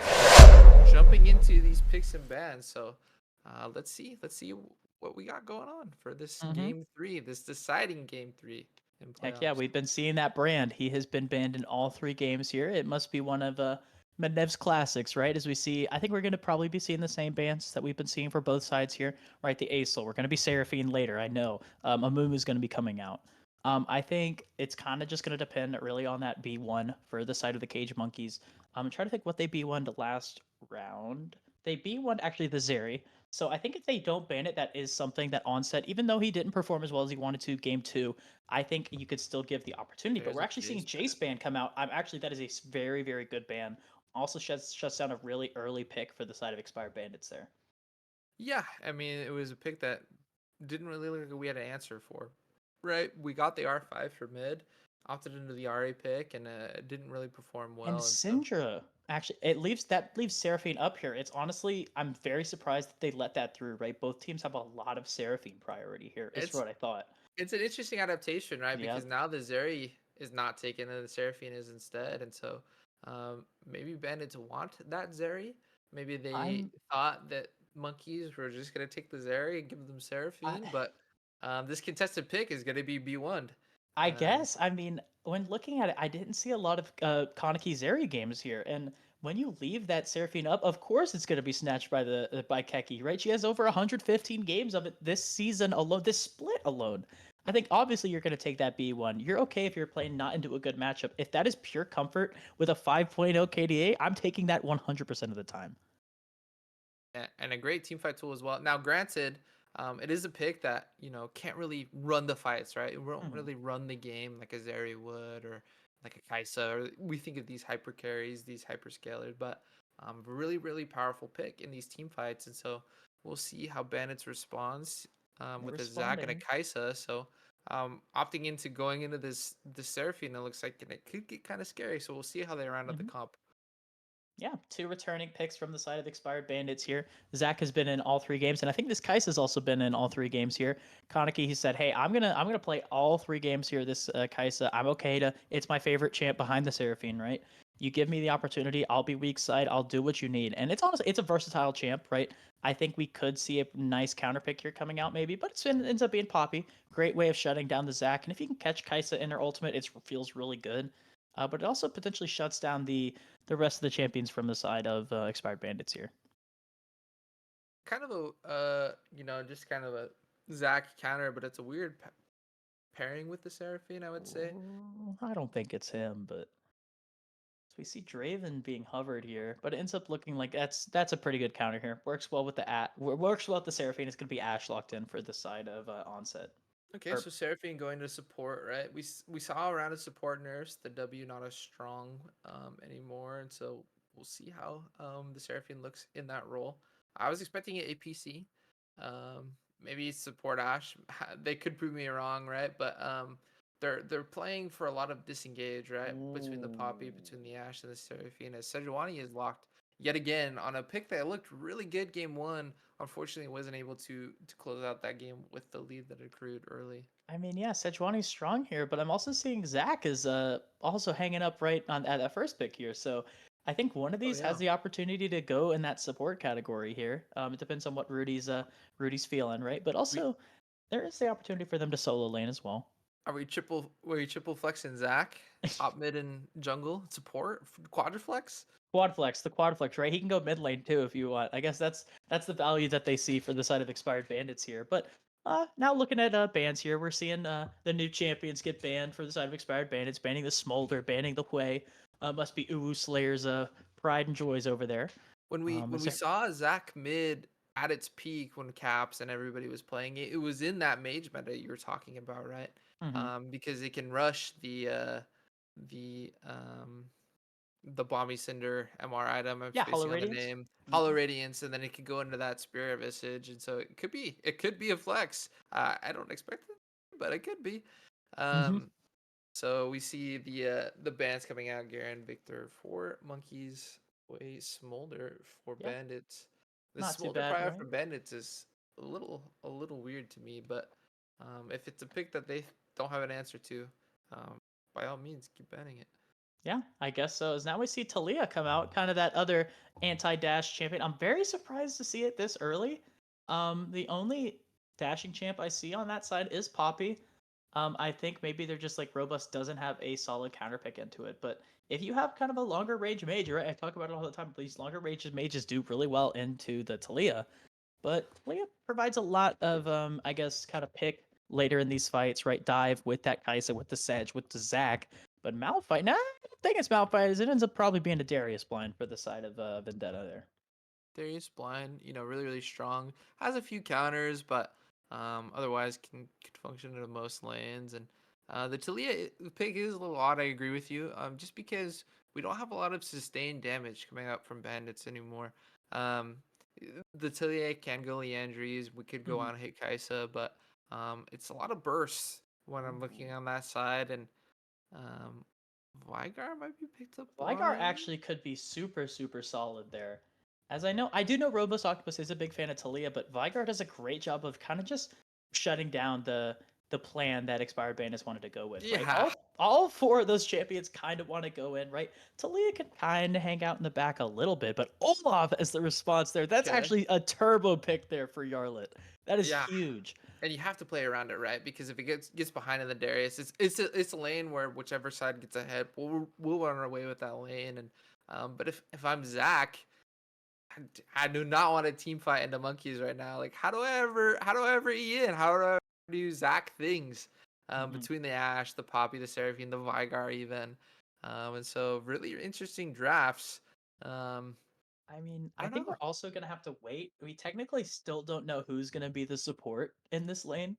I think I Yeah. have seen both show up as support. I think it's more likely it's gonna be Zach, but I think yeah, I think if I'm on the side of Expired Bandits here, I would probably still want Sejuani to be my jungler here. Zach can get value, but I think Sejuani just provides a lot of just consistent damage, right? Just able to land that glacial prison. It's almost guaranteed half the time. Or honestly, it will force out a flash. And Yeah. especially when you're paired with a Talia, it's gonna be nasty. Yeah, I mean, for all the disengage that monkeys has, right? They don't really have any snap engage other than the Ashel, right? Looking for a pick. You have the Ashel come over as we have some technical difficulties here. It appears. They're just pranking us, I guess. They're taking their time. Oh, they banned Zach on accident, so we're just getting right back into draft. As I think they're kind of just like trying to fix. I think we had some issues with what the ban Yeah, was going to issue be. bent. Yep. Um. So yeah, like for what they have in disengage, they lack in engage, and so, um, you know, the Kaisa Tsalia, you could opt into kind of like that poke that we saw, come out from game two, where they don't really have to engage, right? Make the Darius approach, make the Poppy approach, right? Because Seraphine with the W nerfs, I mean, she has great sustain, but it's not what it used to be, right? And so, um, potentially we kind of see that 4-1 come out, play around top side, get the Olaf ahead, and then just group up for these objectives, play slow, and um, Monkeys doesn't have a lot of engage or a lot of agency in those situations. So we'll have to see how this game plays out. Yeah, completely agree. As we see Sejuani is locked in and the jungle slot, so that is going to be Mednev Sejuani, and it's going to be Rudy on the Zac. So we do know kind of where that potential flex is going to be going. As they're kind of like waiting a little bit too, but I think realistically Poppy's the only champ that can jungle for the side of Cage Monkeys. But Could I be don't know. Kaisa mid, Zactalia bot. That could Interesting. work. Talia, you borrow it, Talia.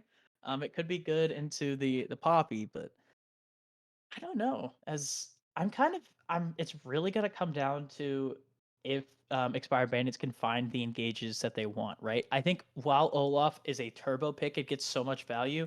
If that champ falls behind, I think there is not going to be a lot of threat on the carries of Cage Monkeys, right? So I think Sejuani is going to be playing heavily towards their top laner here.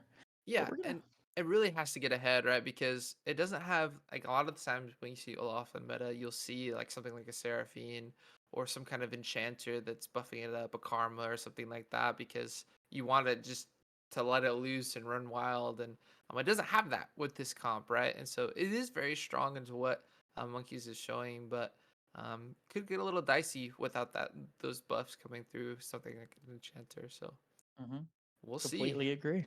Yeah. I mean, we're gonna have to see, right? We got a game 3 banger here in this final playoff match here between Expired Bandits, Cage Monkeys. We're gonna see who's gonna rise to the occasion, right? Who's gonna finish strong? Who's gonna be able to play next week? We're gonna see, and we'll cut right back and come back when it's game time.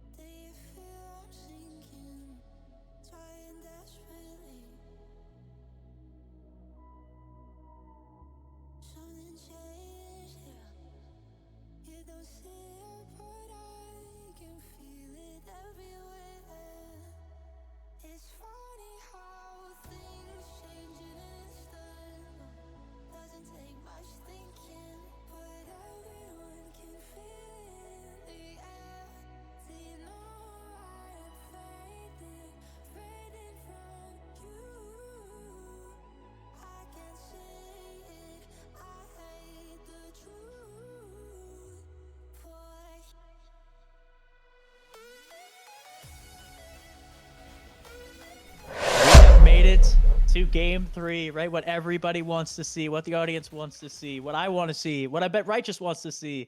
As we're now seeing a little bit of early New wrinkle. aggression here from the side We of haven't Cage seen Monkeys. this. We have not seen this in the 3 games thus And far. it looks like, is Kaneki going to realize that he's sitting very far back in the brush, doing a good job. But actually, we see a very aggressive flash there from Riley Sauce, not able to land the stun.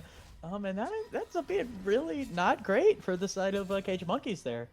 Put a couple games of Poppy support last night, and let me tell you, the headbutt range is very baitable. If I'm Riley, I'm making the same play, thinking it should hit.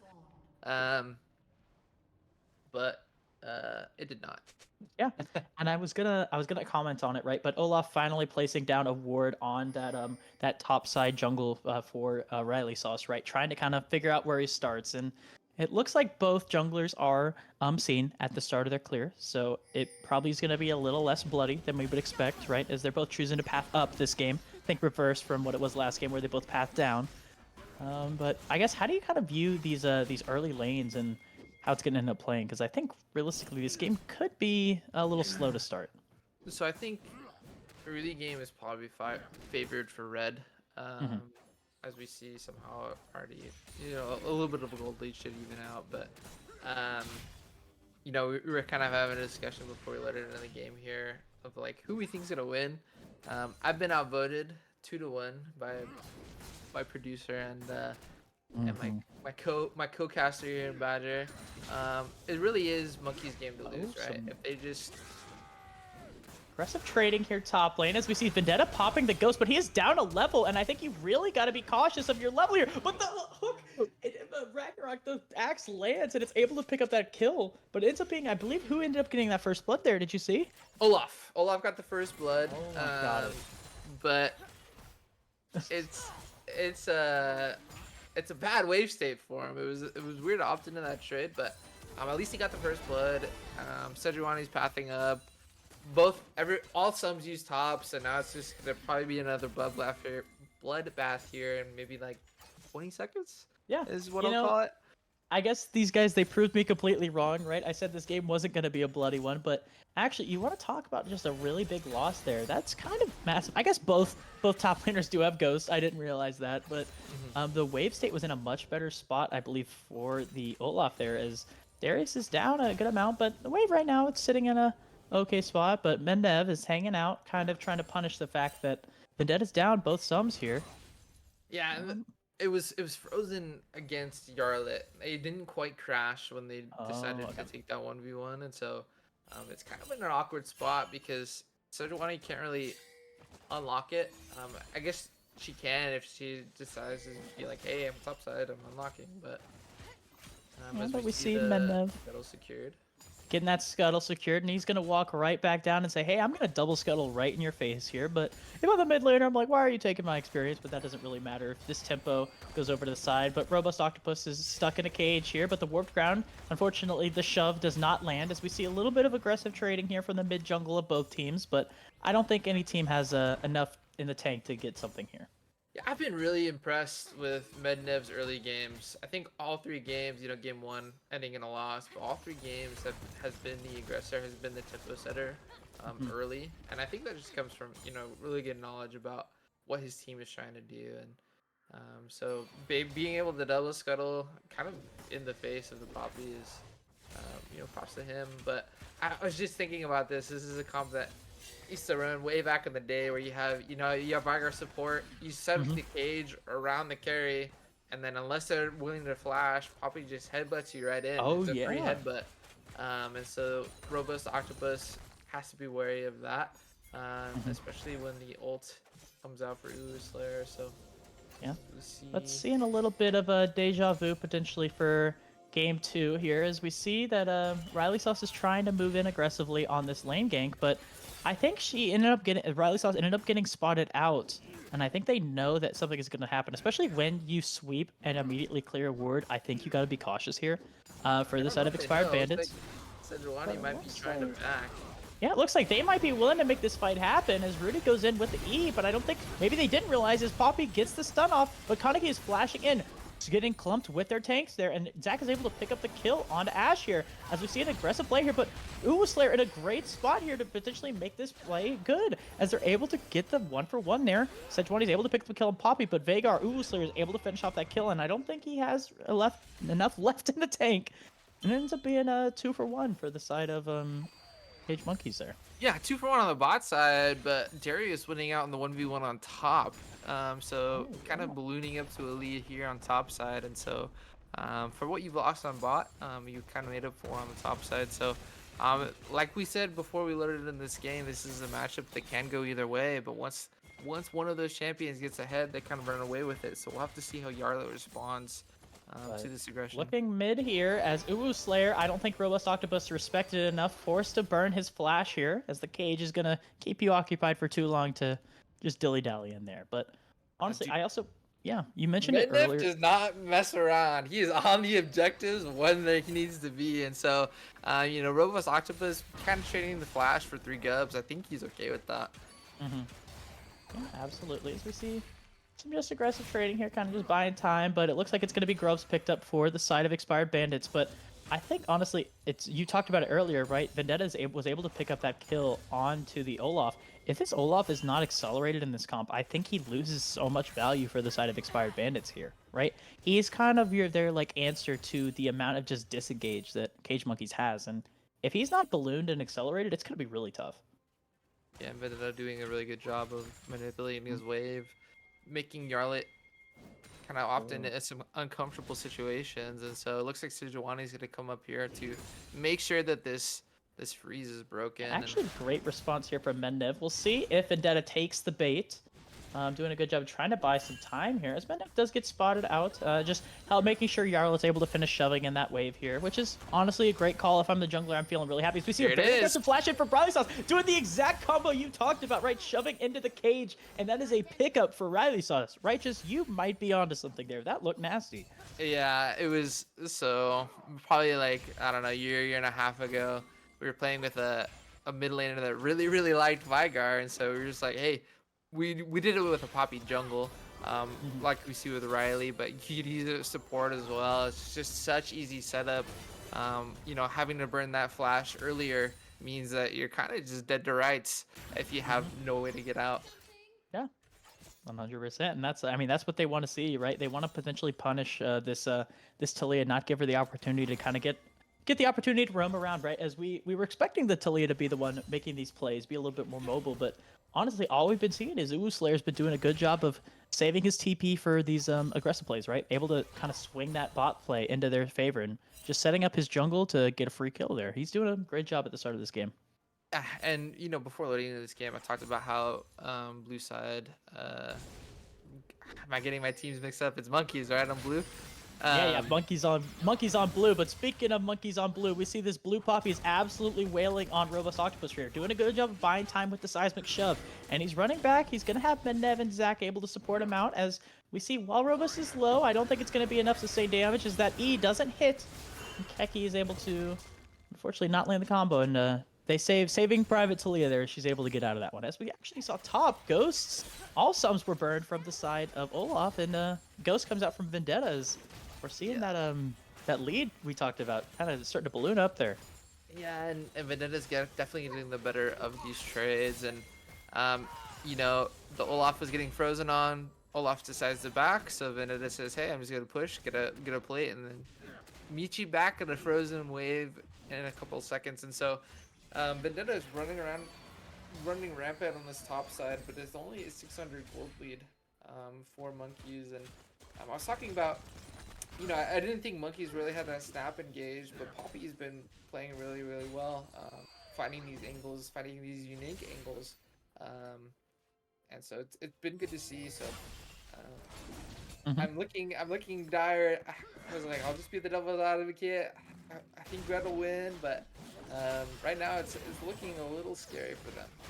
Yeah, it is looking scary. I think you got to start looking for these plays, right? You want to find ways to funnel some gold into this Olaf. I mean, right now he's down about 700 gold, which is a majority of that gold lead for the side of Cage Monkeys, right? Darius is in the driver's seat here. But they're going to have to try to find a way, give Olaf the opportunity to get some gold here. As we see, Very aggressive trading here. I think Yarlet's trying to bait for his team, but it might have been a little bit too early as Vendetta's trying to get all 5 stacks. He misses the Q though. That's a Nice. lot of the damage, as they're doing a great job of just bullying this guy, trying to buy enough time, but he was not able to get all 5 stacks off, and they're actually getting a great trade. But now cutting down to the bot side here, we see that Poppy, Seraphine gets a massive 4-man ultimate, but Olaf is running in. He's exhausted, and I don't think it's going to be enough damage as Seraphine's able to pick up the kill on the Olaf here. But the tanks from the side of Expired Bandits, they're trying to run down these mages, and I think it's going to be close. Keki is doing a great job of trying to buy time, but the Zac passive, they don't account for the Zac passive. They have to use the Honeyford. The Honeyford is not enough because they're able to pick up the Q. Veigar is able to get that kill. It ends up being a bloodbath up on the top side here. Yeah, and lots of skill. Oh, as we see Kaneki And go in yeah. on onset. Going in take bot a- here, I don't think there's enough damage to follow it up, but Onset just doing a great job being like, hey, I'm not going to let you play, I'm Ashe. And we're seeing how Kaneki's flash there, but it wasn't all for naught as the barrier does come out from Onset. Yeah, onset auto spacing really well in that 1v1, but a lot of skill expression shown. You know, Mednev being able to survive, take down Seraphine with that fruit you're talking about. You know, y'all are getting the ult off and finding a kill before going down, and so no punches being thrown in this game 3. It's all or nothing, and that's a close game. 100%. And I mean, right now, I do think one thing that you have to be a little bit worried about is a lot of the kills over to the side of Expired Bandits are on that jungler. And while Mednev is doing great this game, I think you need to get some of these kills on your carries if you can, right? And unfortunately, that's just not how these fights have been going. If Mednev is able to get value here, it's going to be good, but speaking of value, we see just some top lane skirmishes. I think they knew that all 5 members of Expired Bandits were up here, but if Expired Bandits don't make a play fast here, they're going to lose a lot of tempo and a lot of time as Ashe is getting the wave shoved, and it looks like she's just going to be going for plates here as looks like Expired Bandits really want these grubs. Yeah, if you're able to pick up 6 grubs, it actually feels really good because... Oh, but we see an Ashe arrow come out. We'll see if it lands on a primary target as they're trying to just isolate the team here. But we see that Robosock was forced to flash out. But I think right now, Riley Sauce is not in the position he wants to be. He just stood up there going for the play. But we see the Glacial Prison and unfortunately misses. It's still able to land the slow on Uwu Slayer. But I think when you have 4 members there, Uwu Slayer is going to drop. And that ultimate, that final horizon there from the Veigar is not going to be enough to finish it off. Not final horizon, primordial burst. I got my ults mixed up there. Yeah, I mean, you know, while they lost out on the top side of the map there, you know, Ashe was able to secure 2 plates and a lot of farm, and so the difference being is Kaisa was there and being able to pick up kills top side. So red side coming out on top. Rudy going for the self gank on his lane, actually doing a good job of just buying time, but they're not able to land the vital CC as the seismic shove does not land on Onset, and Onset right now is slowing him down. Rudy is unfortunately not going to be able to walk away from that Frost Archer, and that is a solo kill over to Onset there. Yeah, and we see how scary it gets for the Zac, right? Like, we were already talking about there's so much disengage, there's the Poppy W, the walls from Veigar, but once I'm in, I can't go out, and I'm being slowed by this Ashe who has opted into the PTA. It gets really hard to pilot this champ, and so look for red side to look like we were talking about, maybe more picks rather than team fights. Yep, completely agree. And I mean, honestly, that fight had the chance to be going in the favor of Expired Bandits, right? They weren't able to land the Zaki, they weren't able to land the seismic shove on the warped ground for Talia, right? I think if any of those things hit, that was a dead Ashe on my screen. But if you're just, I think maybe it's just nerves, maybe a lot of pressure in this game. It's game 3, right? Yeah. You're fighting for your playoff lives here, and I think those nerves might have just been biting Expired Bandits in the butt there, but they're still trying to find some angles here on this rift. It's a lot of conditional CC for Bandits, right? Like, they do have engage in the Zac and then the Sejuani, but it's not like a lot of guaranteed lockdown. Zac is kind of like his slingshot really is the skill shot. If you miss it, you're just going in and not really accomplishing anything, right? Sejuani ult. If it misses, yeah, there's a slow that surrounds it, but it's just like a lot of CC that's missed. The seismic shove coming out from Talia, and so it's a lot of conditional CC where if it lands, I mean, we saw what happened. They to the find Poppy. the Onset lands the Enchanted and Crystal Arrow there on Zac, but doing a great job of making sure Rudy does not have the angle out as Onset's able to pick up that kill, and it's a great layering of CC there from Kiki and Pop and Riley Sauce there to make sure, hey, you're into trouble here. But now cutting up top, Yarlet is engaging onto Vendetta here, and with Mednev coming in as well, Robust Octopus, but kill. I think this is actually super, super scary for the side. As we see the Q lands, he's able to get the ultimate off, and I think it's going to be a 2 for 1. That is not what you want to see. Winning a 1v3 getting 2 is absolutely what you want to see for Vendetta there. Holy moly. Yeah, and you gotta feel for Yarlet, right? Got the R5. It's been the curse of the R5 pick between games 2 and 3. Ari not really looking good into the Jace, and now it's the Olaf not really doing his job into the Darius, and so we'll have to see how they respond. You know, they're not out of this game. Like we said, they have tons of pick potential, but it gets a lot harder when falling behind.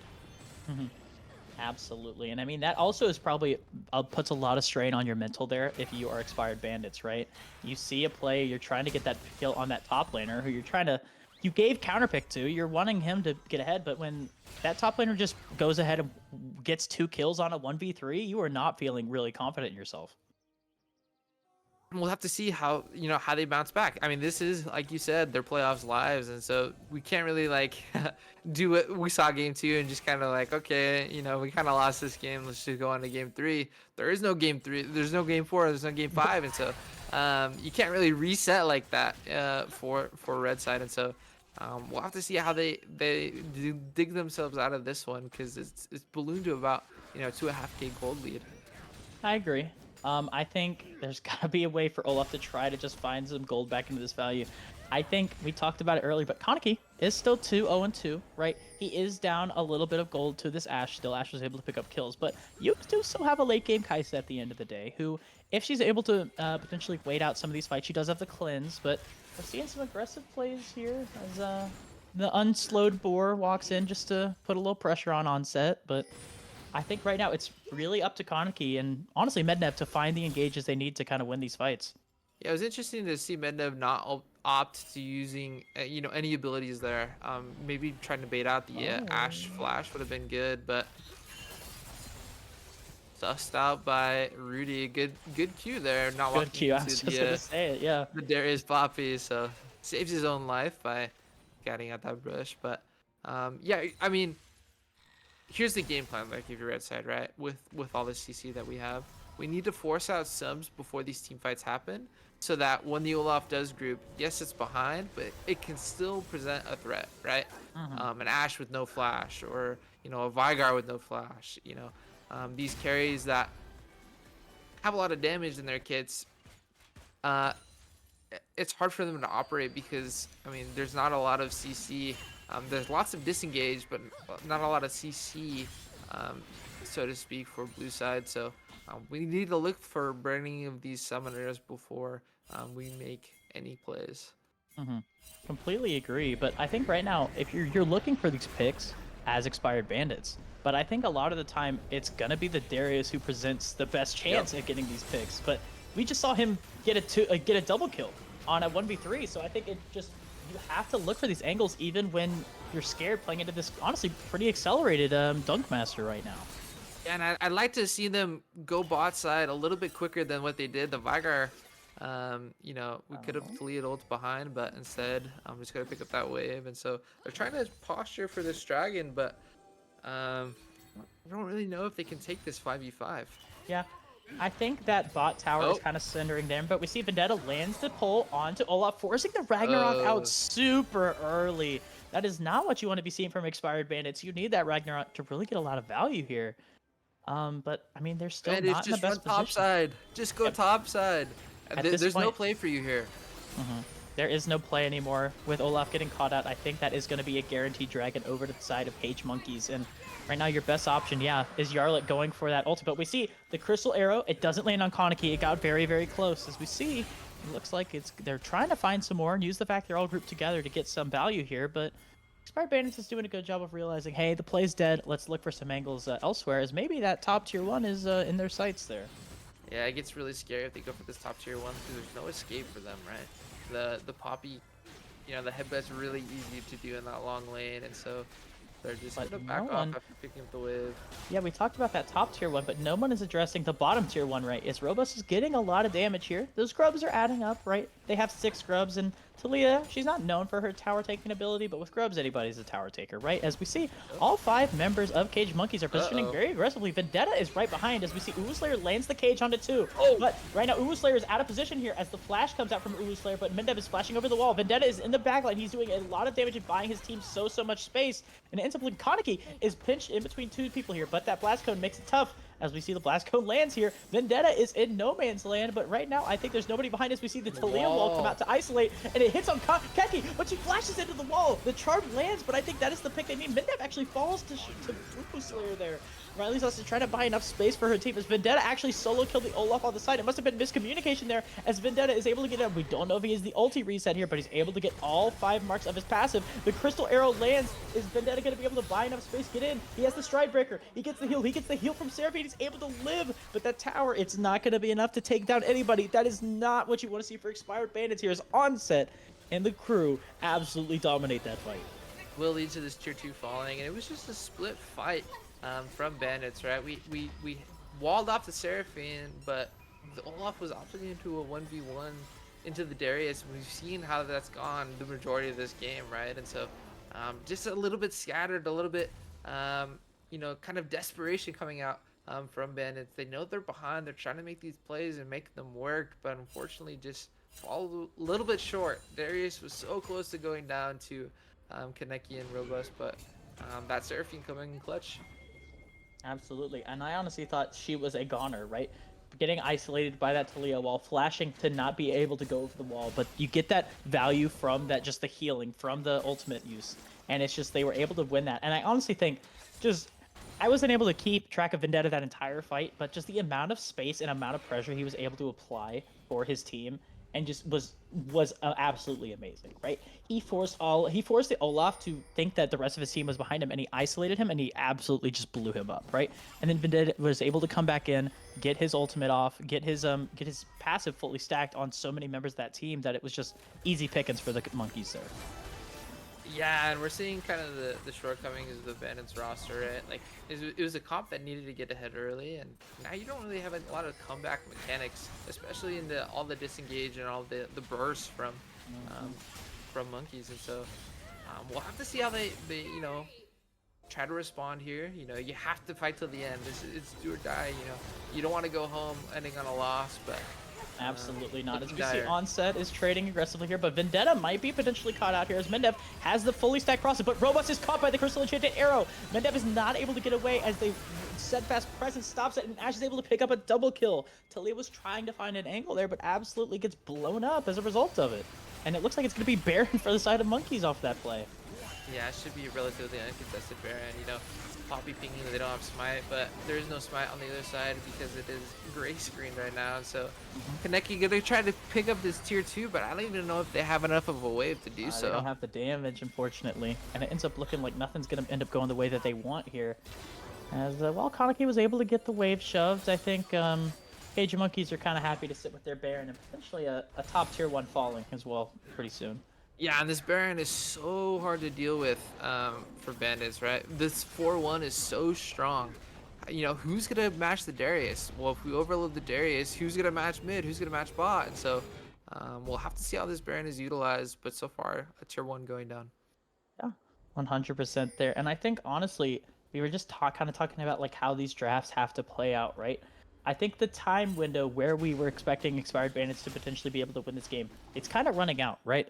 This is a very, very heavy early game comp. They have a lot of engage, but on the side of Cage Monkeys, they have so much disengage, right? They have the Vagar, they have the Seraphine, they have the Ash, just able to kite out these engagers here. It's going to be so tough, and unless, I mean, Expired Bandits finds potential picks, I think this game is honestly pretty dire. Yeah, it'll have to be a throw of epic wide there. Almost hitting Kaneki, but you see, actually, they're doing Expired Bandits is doing a good job of keeping things alive, able to pick up some towers for themselves. But on the other side, we see the Dragon's probably going to be traded, forcing a soul point situation for the side of. It's good to pick up the Drake. I just rather do it when the Baron has expired, right? Use the Baron to your advantage, push in these lanes. But so far, it's actually red side getting all the advantage. Actually, yeah. I'm honestly surprised. I don't know if they have taken a tower yet. They're doing a good job of trying to defend here, but I think Onset doesn't have as much damage as we want. But Mindev is trying to go in. That's actually a great seismic shove onto Onset there, as they're able to pick up the kill. But Vendetta is doing a great job. We actually see the charm hits on 3 there. Vendetta is going to absolutely roll away with this fight. He's not able to get the reset off that he wants, but he's chasing after Zach. But I think Zach has a lot of space to buy. But on the bottom side, Yarlet is actually attacking this tower, and I think Riley Sauce is going to be on the move trying to defend that space. But honestly, not as bad of a play as it may look on paper there for Expired Bandits. Yeah, I mean, you're getting gold into your pocket, right? And you're actually kind of dictating the tempo. I'd like to see the team that takes Baron push out the lanes before going to the objective. Instead, they lose out on the cross map, give up a tier 2, and like, yes, it's still a really, really big gold lead, but it's gold you're handing over really unnecessarily, and so kind of not using the Baron to its fullest potential. And I mean, we talked about it, right? The one person who actually has the gold lead now for the side of Expired Bandits is this Talia against Uwu Slayer, right? I think he was able to pick that massive shutdown onto Ashe, right?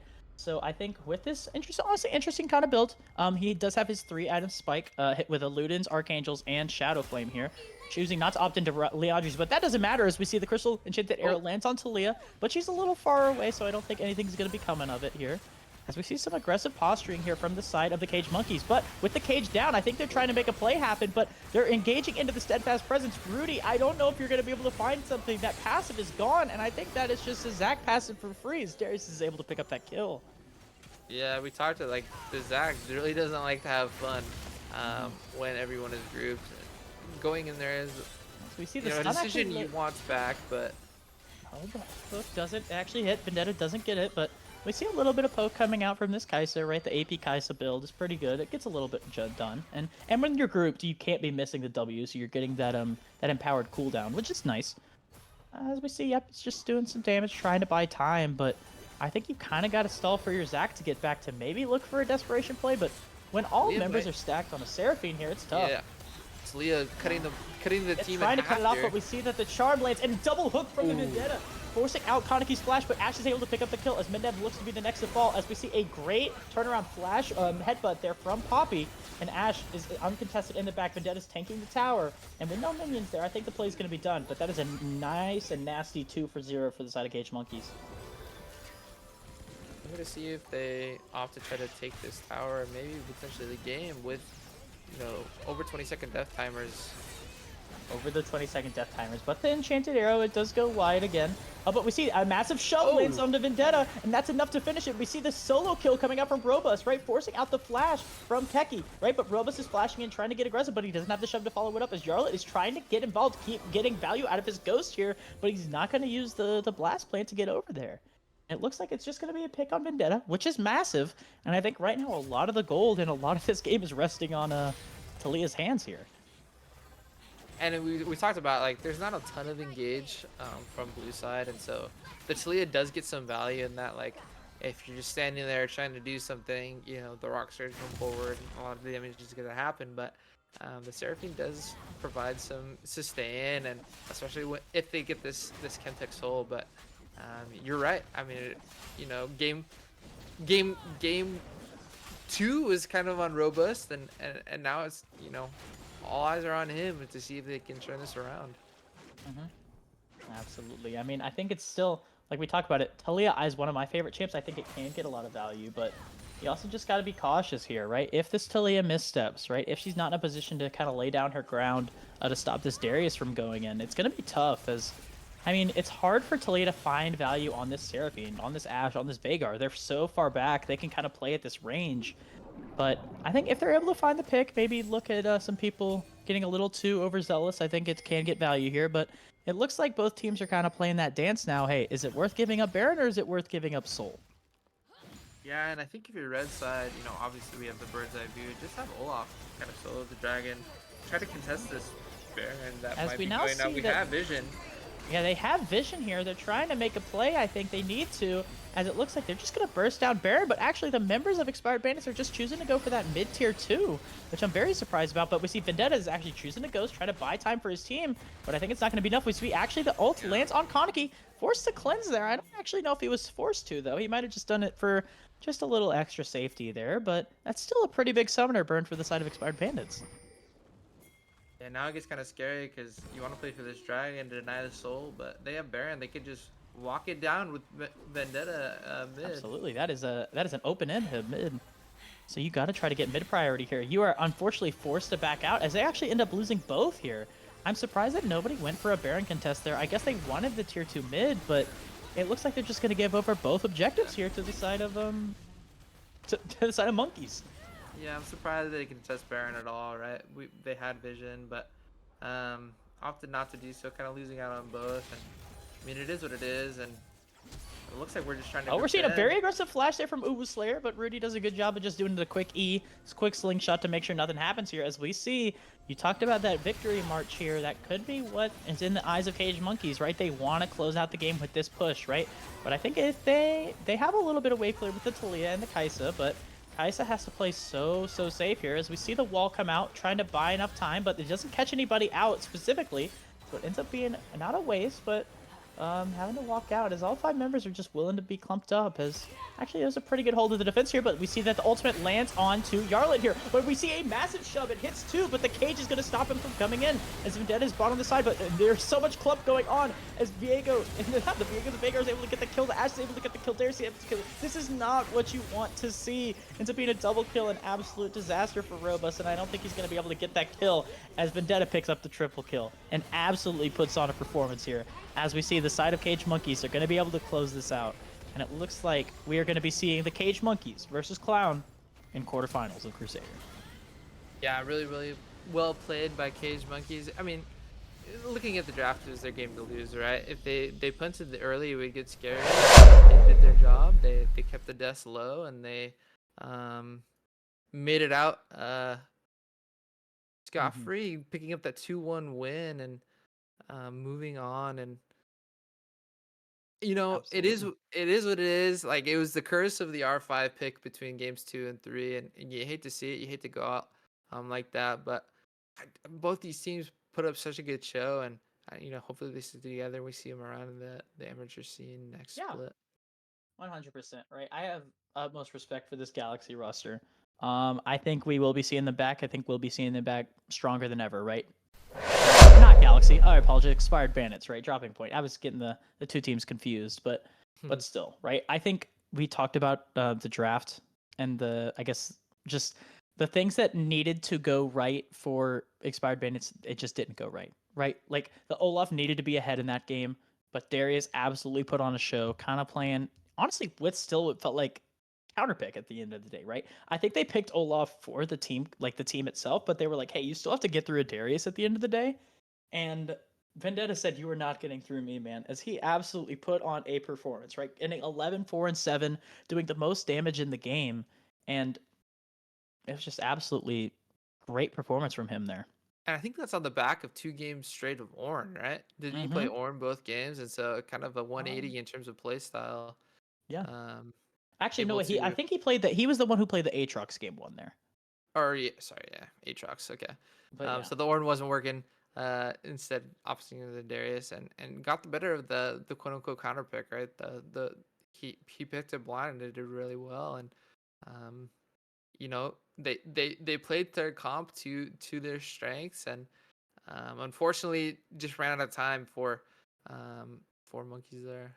Yeah, but I mean, one thing I want to talk about as well, I guess, before we kind of like end it off, and I guess I'll let you guys go to sleep, obviously. But the Seraphine, right? It was banned both times on red side, but then the team goes back to blue, right? And they choose to ban Syndra instead, and it is an insta lock for Keki there, right? They're able to build that comp around that disengage, like that comfort, and it's very surprising to kind of see Expired go more for the engage comp, especially when you're playing into Seraphine, that champ that's kind of known to kind of like want to play back, play with the team. And I just kind of think that was a massive blunder there from Expired to let that through, and I think it ended up just being what bit them in the butt. Yeah, kind of did them in, and then kind of compounding the issue by continuing to pick engage, regardless of the Poppy and the Vigar and everything else that came through. And so it is what it is, right? You can't wallow in self-pity. The series is over. You just kind of learn from it, and move on, and you know, get better as a competitive League of Legends player. And I mean, all it was a 3-game series in which two teams, played their best. And it sucks you lost game 3, but you can really hang your hat on and build around what you showed game 2. I mean, that was a stomp. So both these teams are really good, and hope to see them again in the future. 100%. I think we will be seeing them back, and I think with just some continued training, right, continued scrims, hoping to see them back in winter. But honestly, one thing I want to talk about, right, is everybody was hyping up kind of like Sector 1 versus Sector 2, right?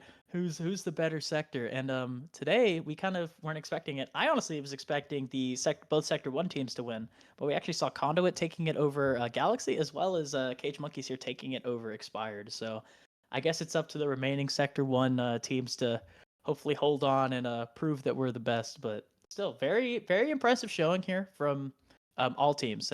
But shout out to Sector 2. We've been sleeping on you guys, apparently. So Yep, we'll have to see as these playoffs, play out. Who is the ultimate victor? And we'll be seeing you guys again in next week when that continues. heck yeah. Have a good one, guys.